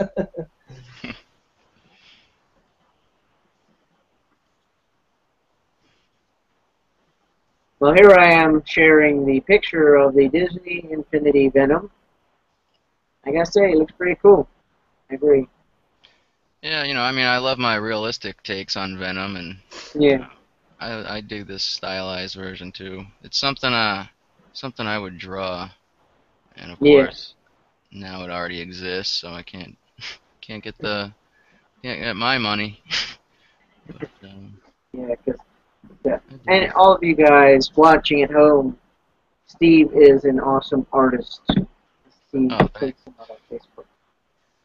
yeah, I don't not turning them out as much as I used to, and I definitely have not drawn on paper in a long time because it's just so easy to draw in Photoshop. Yeah. And you know, I never liked erasing, and it's just so clean. And what I need to invest into though is a drawing tablet because I just use the mouse. Yeah. So I think once I do that, I'll probably be drawing even more. This is kind of the perfect combination of real drawing and electronic. I used to have the same kind of quandary with drumming back when I played drums. I really wanted electronic kit for to save space. I could play at any time. I could make my drums sound however they wanted. But then at the same time, there's something about a real acoustic drum kit that is just better. And so I don't know. It's weird. Technology versus the old way sometimes. Yeah. Personally, I was never any good at Photoshop drawing and stuff. So. Yeah, I the best I could do was like little stick drawings on paper. So you've got me beat there. Yeah, I don't know. I just I always did it, and everybody thought I'd go to some kind of art school with it, but nothing yet really with that. But I still love to do it as a hobby. Yeah.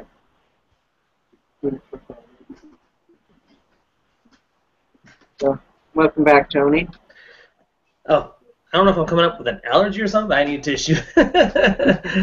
Yeah. My nose has been very stuffy today. I don't know what's going on. I cleaned out my lizard's cage, and I don't know if it's just all the dust from the sand that went into my nose, but it's been very just runny. Sorry about that, guys. That's fine. It's actually kind of funny because my nose has been a little like that weird today as well. Yeah, and it's freaking hot. I was looking for a fan. Over here on the West Coast, I think it was, 99 degrees? So yeah. I don't want to turn on the AC because I got people asleep in the house and they're going to freeze their butts off. So. It's us and our California problems. Yeah.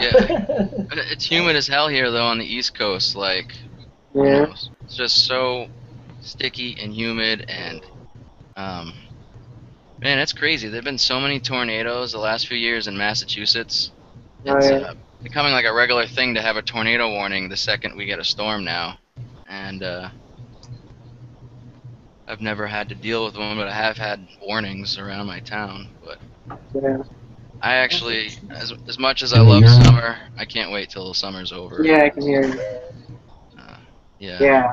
Personally, I've lived in like several places with different natural disaster warnings and stuff, so I can feel your pain. Personally, I've never really had to deal with any area that has tornadoes, but hurricanes used to have those plenty down by New Orleans, and now, of course, here in California, got the quakes. So earthquakes. Yeah, that earthquake not too long ago, right? Right. Yeah, I got my little video about it with a few figures fell over. Yeah, I mean, when that happened, my wife actually felt it. She woke up. It was like 3 in the morning or something like that. I did not feel it at all. And then she was like, there was an earthquake last night. I'm like, seriously? And then I thought about you, about some other people over there. I'm like, I wonder what happened to all their action figures. And then I saw your vid.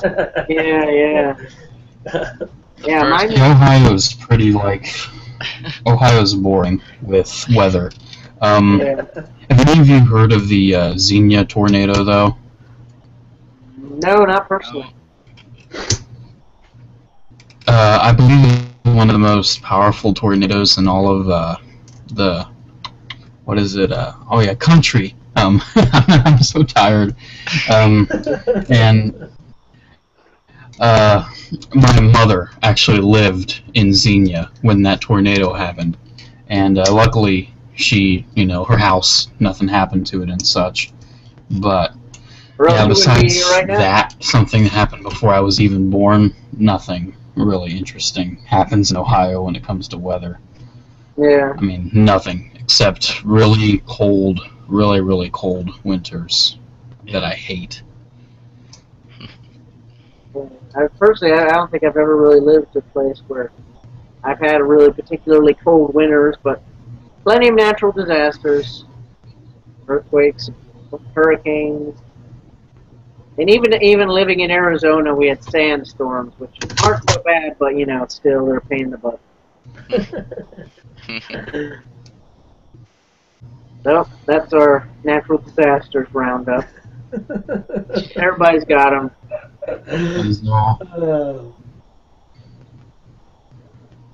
And so, let's see. Also, hey, Tony, something I'd like your opinion on while you're here with us is actually something we were discussing a little bit earlier in the show, and we're just discussing with because just recently, just to do provide context to why this came up. The YouTube reviewer Optobotomist, he posted on Facebook how, completely coincidentally, he ran into in Caesar's Palace in Las Vegas, Michael Bay. So that just kind of made me think, if somebody, as Star Wars fans, if you were to meet George Lucas, what would you say to him? Would you praise the original trilogy? Would you, bash him for the PT? Or would it be kind of a mix of both? If I were to meet George Lucas, I'm a nice guy, so I wouldn't bash him. I would go up to the man. I would definitely go up to the man and introduce myself and say, you know what, I'm a fan of of your films. I enjoy your work. Blah blah blah blah. But I wouldn't bash the guy. I would just that's just not my nature to go up to someone and just start talking trash about what they've done. So I would definitely just, I would want a picture. I would want an autograph or something like that. But I would just, admire your work. I do YouTube videos of Star Wars action figures. I, really enjoy your films. They've inspired me and whatnot. So I would definitely give the man praise, despite the hate for the prequels. The man did give us Star Wars, so you got to give him credit for that. And, and he left a legacy behind for all of us. So I would definitely be very excited to meet him and lay off the prequels, because I like the prequels. I mean, I don't like them as much as the original trilogy. I'm not gonna bash the prequels because I do enjoy them as well. So yeah, that's a good question. What did Optibotimus do? Out of curiosity. From the post that he wrote about it, he did pretty much like what you said that you would do. I mean, obviously Michael Bay is under much contention because of how he's depicted the Transformers, but Optibotimus went up to him and told him that he reviewed Transformers for a living, and he just had a chat with him and said that Michael Bay's movies is what inspired him to get back into Transformers. It was actually kind of funny too, because in the picture he took a picture with Michael Bay, and in that picture Optibotimus had a Michael Bay Transformers shirt on. So cool. That it's like completely lucky circumstance that first off, you would run into the director and you would have a T-shirt of his movie on. It's like if I met Steven Spielberg wearing this shirt. Yeah. Yeah. And I mean, I gotta say though, in regards to the Transformer films, as fanboys, I do like the Transformers films. They're guilty pleasures. I like one more than the others, but they're popular. They make money, and when it comes down to it, I feel that most of the hate comes from people who are diehard G1 fans. It seems to me, because I talk to random people that most of my friends are nowhere near as geeky as us in regards to what they like. And I mentioned Transformers, and they're like, oh yeah, I love the Transformer movies. They're fantastic. I look forward to them, and blah, blah, blah. I really enjoy them. These are not comic book fans. They're not television, cartoon fans, or 80s fans of Transformers. They're just casual moviegoers who really enjoy the Transformers movies. I mean, he's doing something right, because it's making billions of dollars, the entire franchise. So it was just interesting to hear the point of view of people who aren't into the cartoon or anything else other than their experience with Transformers is going to the films and watching them. My sister-in-law, who doesn't like this stuff at all, her and her husband go watch them every single time they come out because they enjoyed the first one. It's like tradition for them.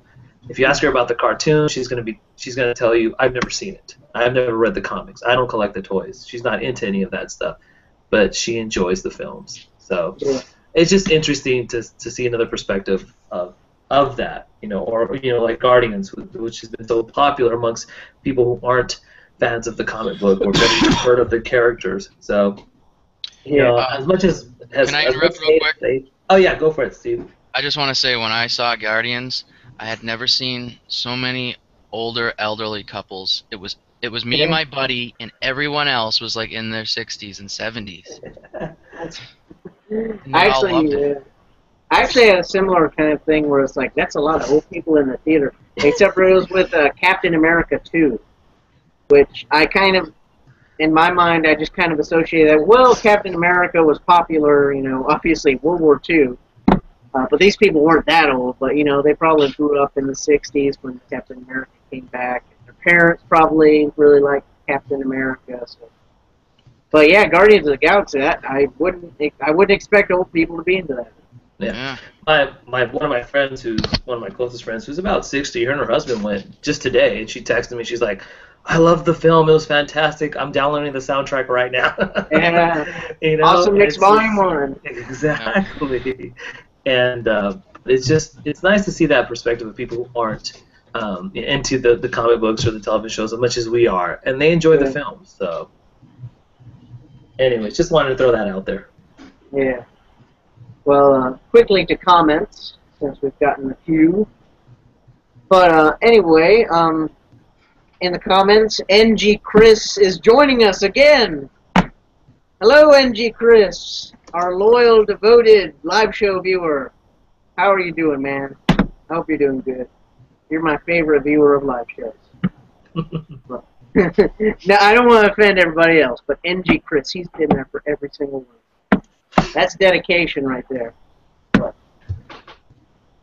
so, sorry, the Angel. I'm kidding. I'm kidding, of course.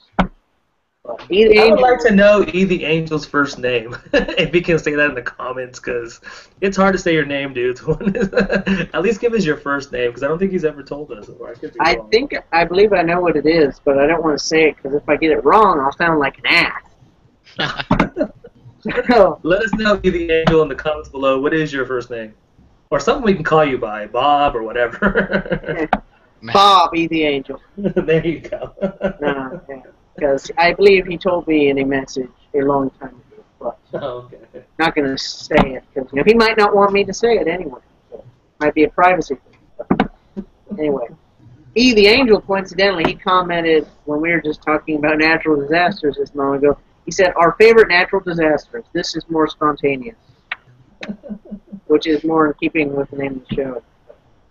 Anyway, so now that we've actually got a few different Marvel fans here, I actually, because I do this thing where I grab a few news stories that might be good conversation topics, and I actually saw this one, which is probably the biggest Marvel movie news to come out this past week, so I'm going to screen share it here.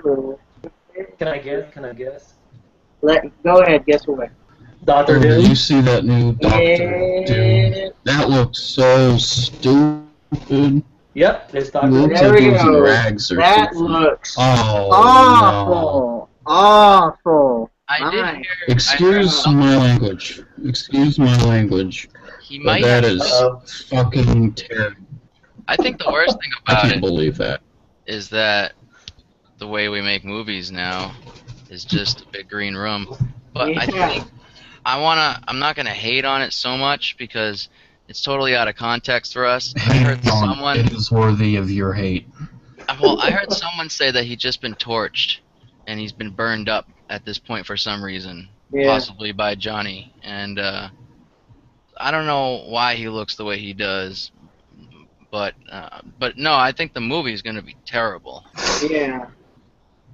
Because personally, just to go on a little soapbox here, but Doctor Doom is my #1 favorite Marvel villain. I just think he's really he's just awesome because he's not specific to just one team. Like, he is classically a Fantastic Four villain, but in now modern comics, he's just a Marvel Universe villain. He fights the Avengers, Spider-Man, even the X-Men occasionally. And so it's just, he has a very iconic look, and I'm very particular about the mask. Because, I mean, they could, have the rest of his body looking all weird like this, but as long as they get the mask right, it would at least be decent. But it just looks, weird. It looks like Cobra Commander from the first G.I. Joe movie. Yeah, it doesn't look like Doom. It's just It looks like some sort of... He looks like those sort of... like, you can see the old Fantastic Four movie, like the one from the early 2000s. That mask looked cool. But that sort of looks like one of the Dark Elves from Thor. Yeah, he does or look like one a of Dark the... Elf. Small as or well. one of the Death Eaters from Harry Potter. Yeah. I think that was one of the best things that Fantastic Four movie did right. Yeah. Dr. Doom's outfit. Terrible guy under the mask. Yeah.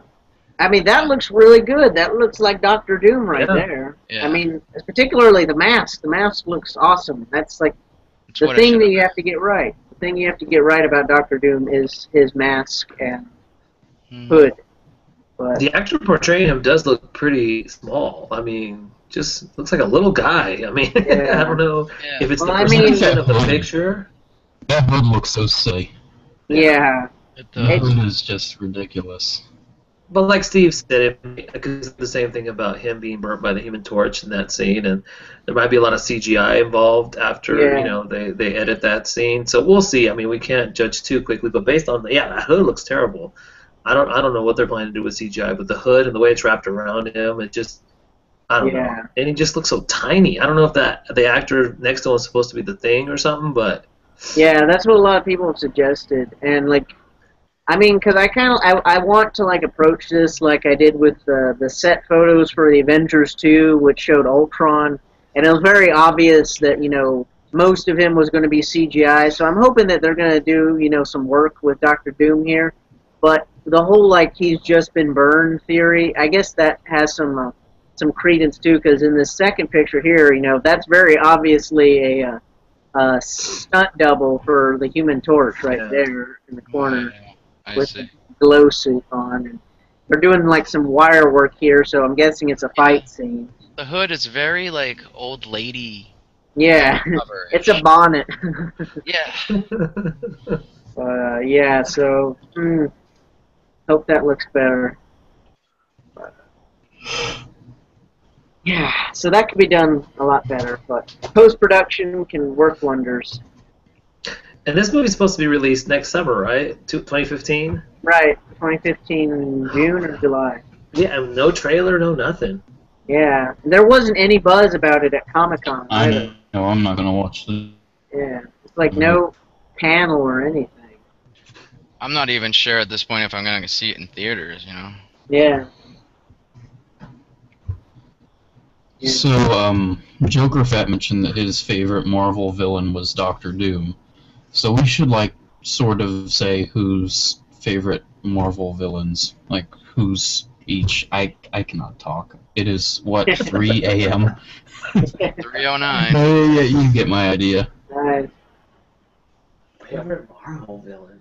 So I've already thrown mine out there, Doom in the House. And I mean, he's got his own country. He's got his own awesome castle. To most superheroes, that would be considered having, like, one. But Dr. Doom, he wants the entire world. He's already the dictator of his own country, and he's still not happy. So I just think he's bad. Look at He's him. the man. I actually have the Marvel Mashers Doctor Doom on my desk. Oh yeah. It's a fun little toy, and they do him justice with the sculpt. He just looks mean. Yeah. But I don't know, that's tough. If I were to choose Marvel villain. Yeah, I don't know either. I really like the Brotherhood. I mean, they're more of a team, of course. Yeah. Because I'm not a big fan of Magneto, but I was just always a fan of the Brotherhood of Evil Mutants from the X-Men comic books. Yeah. Because they were one of the first villains I was ever exposed to. So, like just that whole team of Toad and Pyro and Blob. I just really liked them and several different incarnations of the team throughout the years. And even in the first X-Men film. With Ray Park as Toad and whatnot, that was really cool. And I guess when it comes to like single villains, I do like Venom a lot too. I like the symbiotes, Carnage and Shriek and whatnot. Those just the idea, anti-Venom and whatnot. That's a pretty cool concept as well. But just not really I can't think of a single because Magneto's cool and all, but he's definitely not my favorite. I think just as teams go, Brotherhood and just the idea of the symbiotes is pretty cool to me. I'd have to say I agree with the symbiotes. It's always good for business. Mm-hmm. I gotta say Norman Osborn, as everything that he's done, even when he's been Iron Patriot, I still have liked him. But when he's been truly at his most evil and sinister, I think is great. The whole Gwen Stacy incident. My favorite's like, without a doubt, I kind of already said it, Venom. it's not just the symbiotes in general, it's just Venom. Specifically Eddie Brock Venom. Now, granted, I kind of like the backstory of Flash Thompson thanks to reading the Wikipedia page. But, yeah, Eddie Brock Venom is certainly, like, I don't know, ever since I was a kid, I liked Venom. I still have it, actually. There was this gigantic action figure of Venom, and I was just digging through my basement, and I actually found it again. And I just remembered how defined his butt was. Like, the sculpt, the Venom figure's butt was just so in your face. That was the only thing I really remembered as a kid, and it is so prominent. I was just, like, blown away by it. But I remember that. Luckily, you can't see it. But, yeah, that toy and actually going to see Spider-Man 3 in the movie theaters, I'm sorry, I don't think that was certainly not great. A huge hater on Spider-Man 3. Really? But, okay. I don't know, I just always liked Venom. And any Venom I can get, I will. Like, I saw this the cutest little, what is it called? Like, superhero squad Venom, or some sort of thing. Like they came with a Scarlet Spider. I saw that at Target. I was so tempted to get it. Those new little kids. But it was like $6-7, and that's just a little too much for me. Yeah. And also that Mashers Venom. I want to see that again. I would buy that without a doubt. That looked really cool. Yep. I actually hid that. I gotta check a Walmart, see if it's still there soon. But, I think when it comes to villains, I always lean towards the DC villains. And I think when it comes to superheroes, I've always liked the Marvel superheroes a lot better than the DC ones. But when it comes to villains, to me, like most of my favorite villains are either Batman rogues or Justice League rogues, like in Justice League. Hands down, Batman has the best gallery of all time. Oh yeah, definitely. I mean, when it comes down to it, almost every single Batman villain has a lot of cred in my book. I mean, there are very few weak Batman villains, and I've always just liked the Injustice League, and I think a lot of it has to do with the Justice League animated series from early 2000. Just being exposed to those characters. Yeah, I mean, I love that show. And I love a lot of the characters, a lot of the villains, and that's one of the main reasons I buy DC books is just to read more about those DC villains.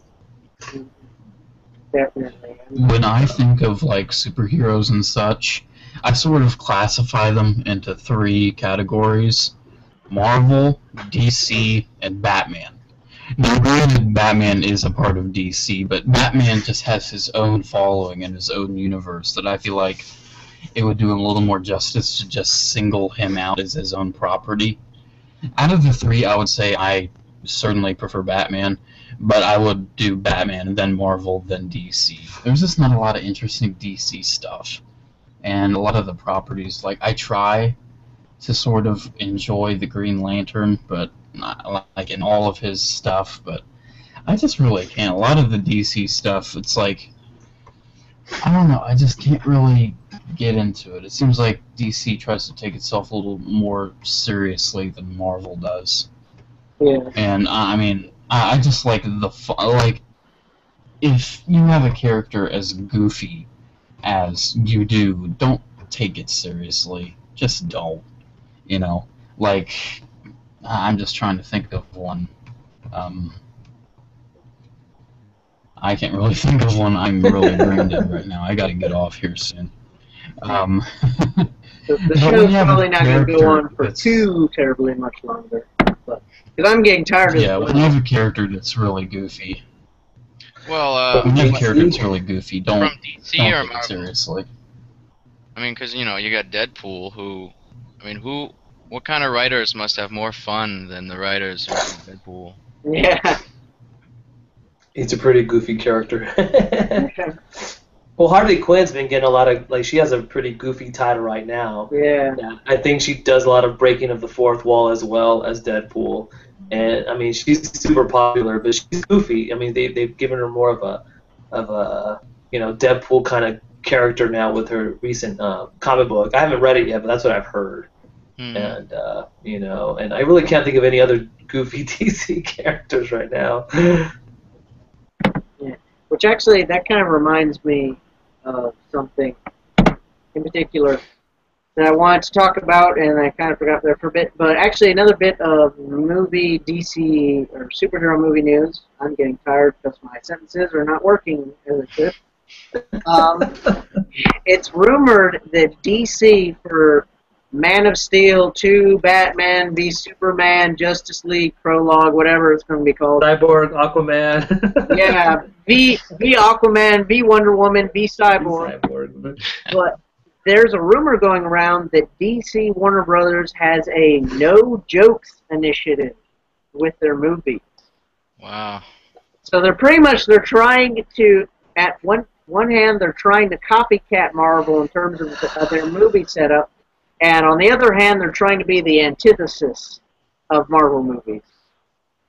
What do you guys think of that? It's just, I don't think it's the way to go about it, either of those things. You know, to copy them, they're just not going to have the same success. They're just not. Marvel thought of it first. They got to put up with that now for a while. And no jokes. I mean, that's one thing I love about Marvel scripts is the jokes are usually really well done. And you know, credit to the actors for delivering them so well too. I don't know. That's gonna be. You know what that reminds me of is a Nolan Batman movie, which in my opinion is, I'm sorry, but boring. I'm with you, Steve. Yeah, we talked about that on the last show. Yes. I heard it. I heard your opinion, and I'm of your opinion, Tony. Yeah. I mean, I mean, like I mentioned before, one of the reasons I dislike the Nolan films, you know, they're all right, but compared to the original Keaton Batman ones, is they're just they try so hard to be so realistic. And, you know, one of the reasons that Guardians of the Galaxy and most Marvel movies are doing so well is because of that humor. You know, people need to have humor. It doesn't have to be heavy. You know, Thor, The Dark World, had some slight humor. I always think of that scene where he's hanging up his Mjolnir on the little coat rack or whatever it was. It was slight. It was humorous. And the Avengers had their moments with the shawarma and with Hulk. And little light touches, that's fine. Real life has humor in it. I mean, if you get dark and gloomy, I mean, I don't know. I just think that's all wrong. That what you said about the Thor, that just caused me to have like a mini flashback just now to the Chris Hemsworth panel at Sacramento Comic-Con. Somebody asked him about how the hanger was able to hold up the mythical Norse god weapon, and he retorted, he said something like, what was it called? The hanger was worthy. See, how can you not have comedy in a film? That was a good time. That was a good time. Yeah, I don't really feel like going up in arms about the whole Nolan thing. I think it's you know, it's also a generational thing. Yeah. Bale being my Batman, I grew up with him. I'm of the what is this generation called? The XY generation or something? Who knows? Y generation, Y2K generation, whatever it's called. I have no idea. I think we were the Y generation, Steve. I can't remember. Yeah. I don't know.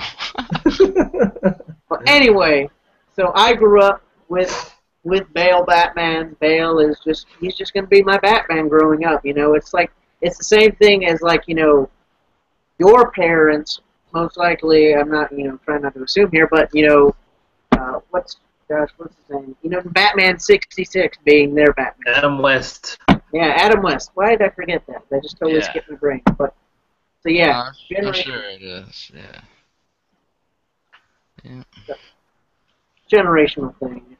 Definitely. Yeah, but I don't know. But in regards to, what do you think, Logan, of there being no comedy or jokes in the Batman film? I think it's a bad idea. I mean, because Batman, if you're just doing Batman solo, I think it can work. And personally, I thought the Nolan movies worked, my opinion.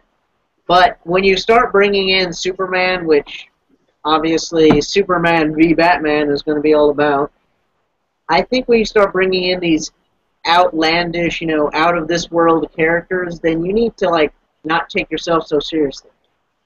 So, I think of like Christopher Reeve Superman. It, for the most part, it took itself seriously, but it had its moments of humor with, gosh, what were, like the whole like Lex Luthor and Miss Tessmacher and stuff, and it had its comedic side, and I think I that's personally just loved him playing Clark. yeah, it was great. He was great. He was like, he was a dunce. He was, Very funny. Yeah, and I think that's why Man of Steel did not work for me, is because it tried to, just be this humorless, joyless Superman. I thought Henry Cavill was good as Superman, but we never saw Clark Kent. We never had a funny moment or anything. It's a joyless movie. That's how I describe Man of Steel. And so that's why I much prefer the Christopher Reeve movies to Man of Steel. At least the first two Christopher Reeve movies. Let's not go into 3 and 4. Yeah. You got Richard Pryor. There you go. Yeah, Richard Pryor. He was the star of Superman 3, not Christopher Reeve. Maybe DC's worried about Green Lantern repeat with Ryan Reynolds being such a comedian. Yeah. Maybe that's what they're afraid of. I don't know. I don't get that. That's actually what one article I saw suggested, is that because of Green Lantern, that's why they're going to be no humor. They never should have casted. I love Ryan Reynolds, but he never should have been the Green Lantern in the first place. Yeah. He should be Deadpool. Yeah. That's exactly. Makes a great Deadpool. Either that or the Flash. Oh, he would have been a good Flash. Yeah. Yeah. And there's actually Flash. There's rumors going around that somebody else was going to be the Flash in Batman v Superman. What's his name? Scott McNair. But it was like this set photo was taken, and this actor, he's in a suit, but from below the knees, he has these green screen socks on.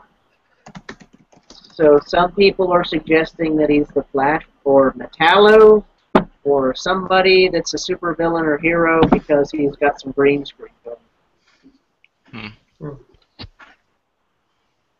I heard about Metallo being the villain. Is that the rumor right now? Yeah, I think that's one rumor, that he's going to be in it. But I think, what's his name? Lex Luthor is going to be in it, so I think that's going to be...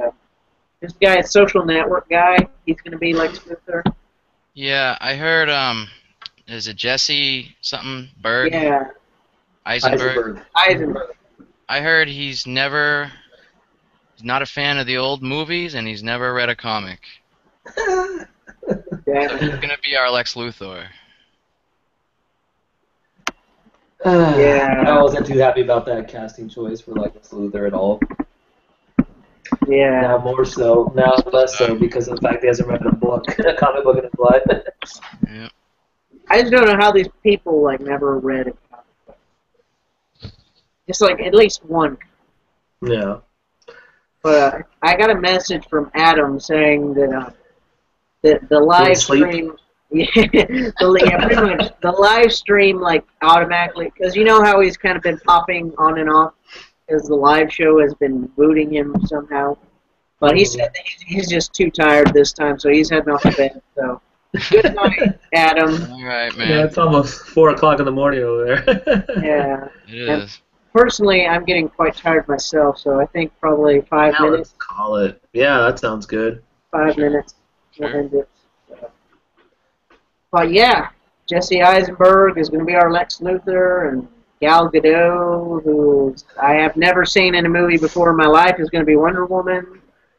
And Ben Affleck, who was Daredevil, is going to be Batman. It's just a bunch of questionable casting choices in this movie. Very. I was watching Haywire with Gina Carano, and she was one of the ones that was supposedly rumored to be Wonder Woman. I was thinking to myself, man, she would have been a great Wonder Woman. At least physically, she would have been a great Wonder Woman. I mean, her acting chops in the film were all right, but I was like, missed opportunity there, in my opinion. I know Gal Gadot was in one of the Fast and the Furious films or something like that. Yeah, I've heard something like that. you know, that she doesn't have the best acting skills either. I did like the picture of her though. She looked pretty cool in the costume that they're gonna use. So we shall see. Mhm. But real quick, going back to the comments, since we've got a few. E the Angel, in response to our favorite Marvel villain inquiry, he said that Apocalypse has always been his #1 villain, and that's actually a really good choice. I actually didn't think about Apocalypse. Mm-hmm. He still wouldn't be my #1, but he is a really good villain. He's great. Yeah. Yeah. Uh, Particularly, you know, my fan base for the X-Men really comes from the '90s show. He was a really big villain on that, and I really liked him. He's a very grandiose kind of villain. Like, you know, Oh, yeah. even more so than Magneto. He's just, you know, I am superior. E the Angel also asks, was the Condiment King really a Batman villain? I actually know the answer to that. Kind of. Was he? I remember vividly there was this one episode of Batman the Animated Series. And in that episode, it's kind of like it hints at the Joker's backstory and how he lost this Gotham comedy competition like years ago.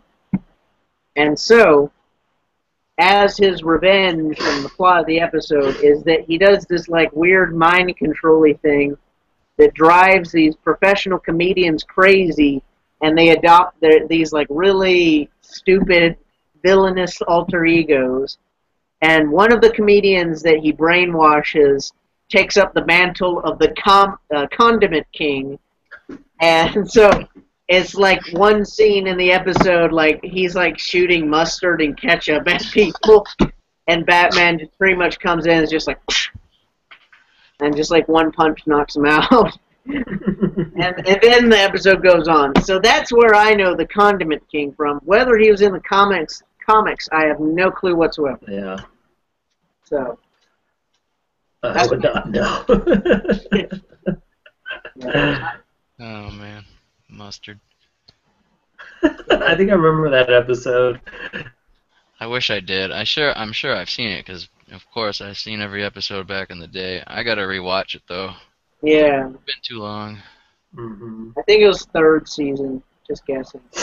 Okay. I've watched the episode. I've watched Batman the Animated Series so many times. Like I even know the general placement of when these random episodes were. Oh yeah. Yeah. Spent a lot of time doing that.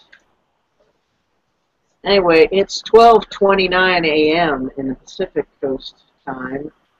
I'm really tired. I'm going a little bit loopy here. I don't know. Are you going loopy, Tony? A little bit. I'm getting there. It was a long day today. Yeah. I mean, I'm assuming Steve is. What time is it over there? 4 o'clock too, right? You're in Massachusetts. 3:30.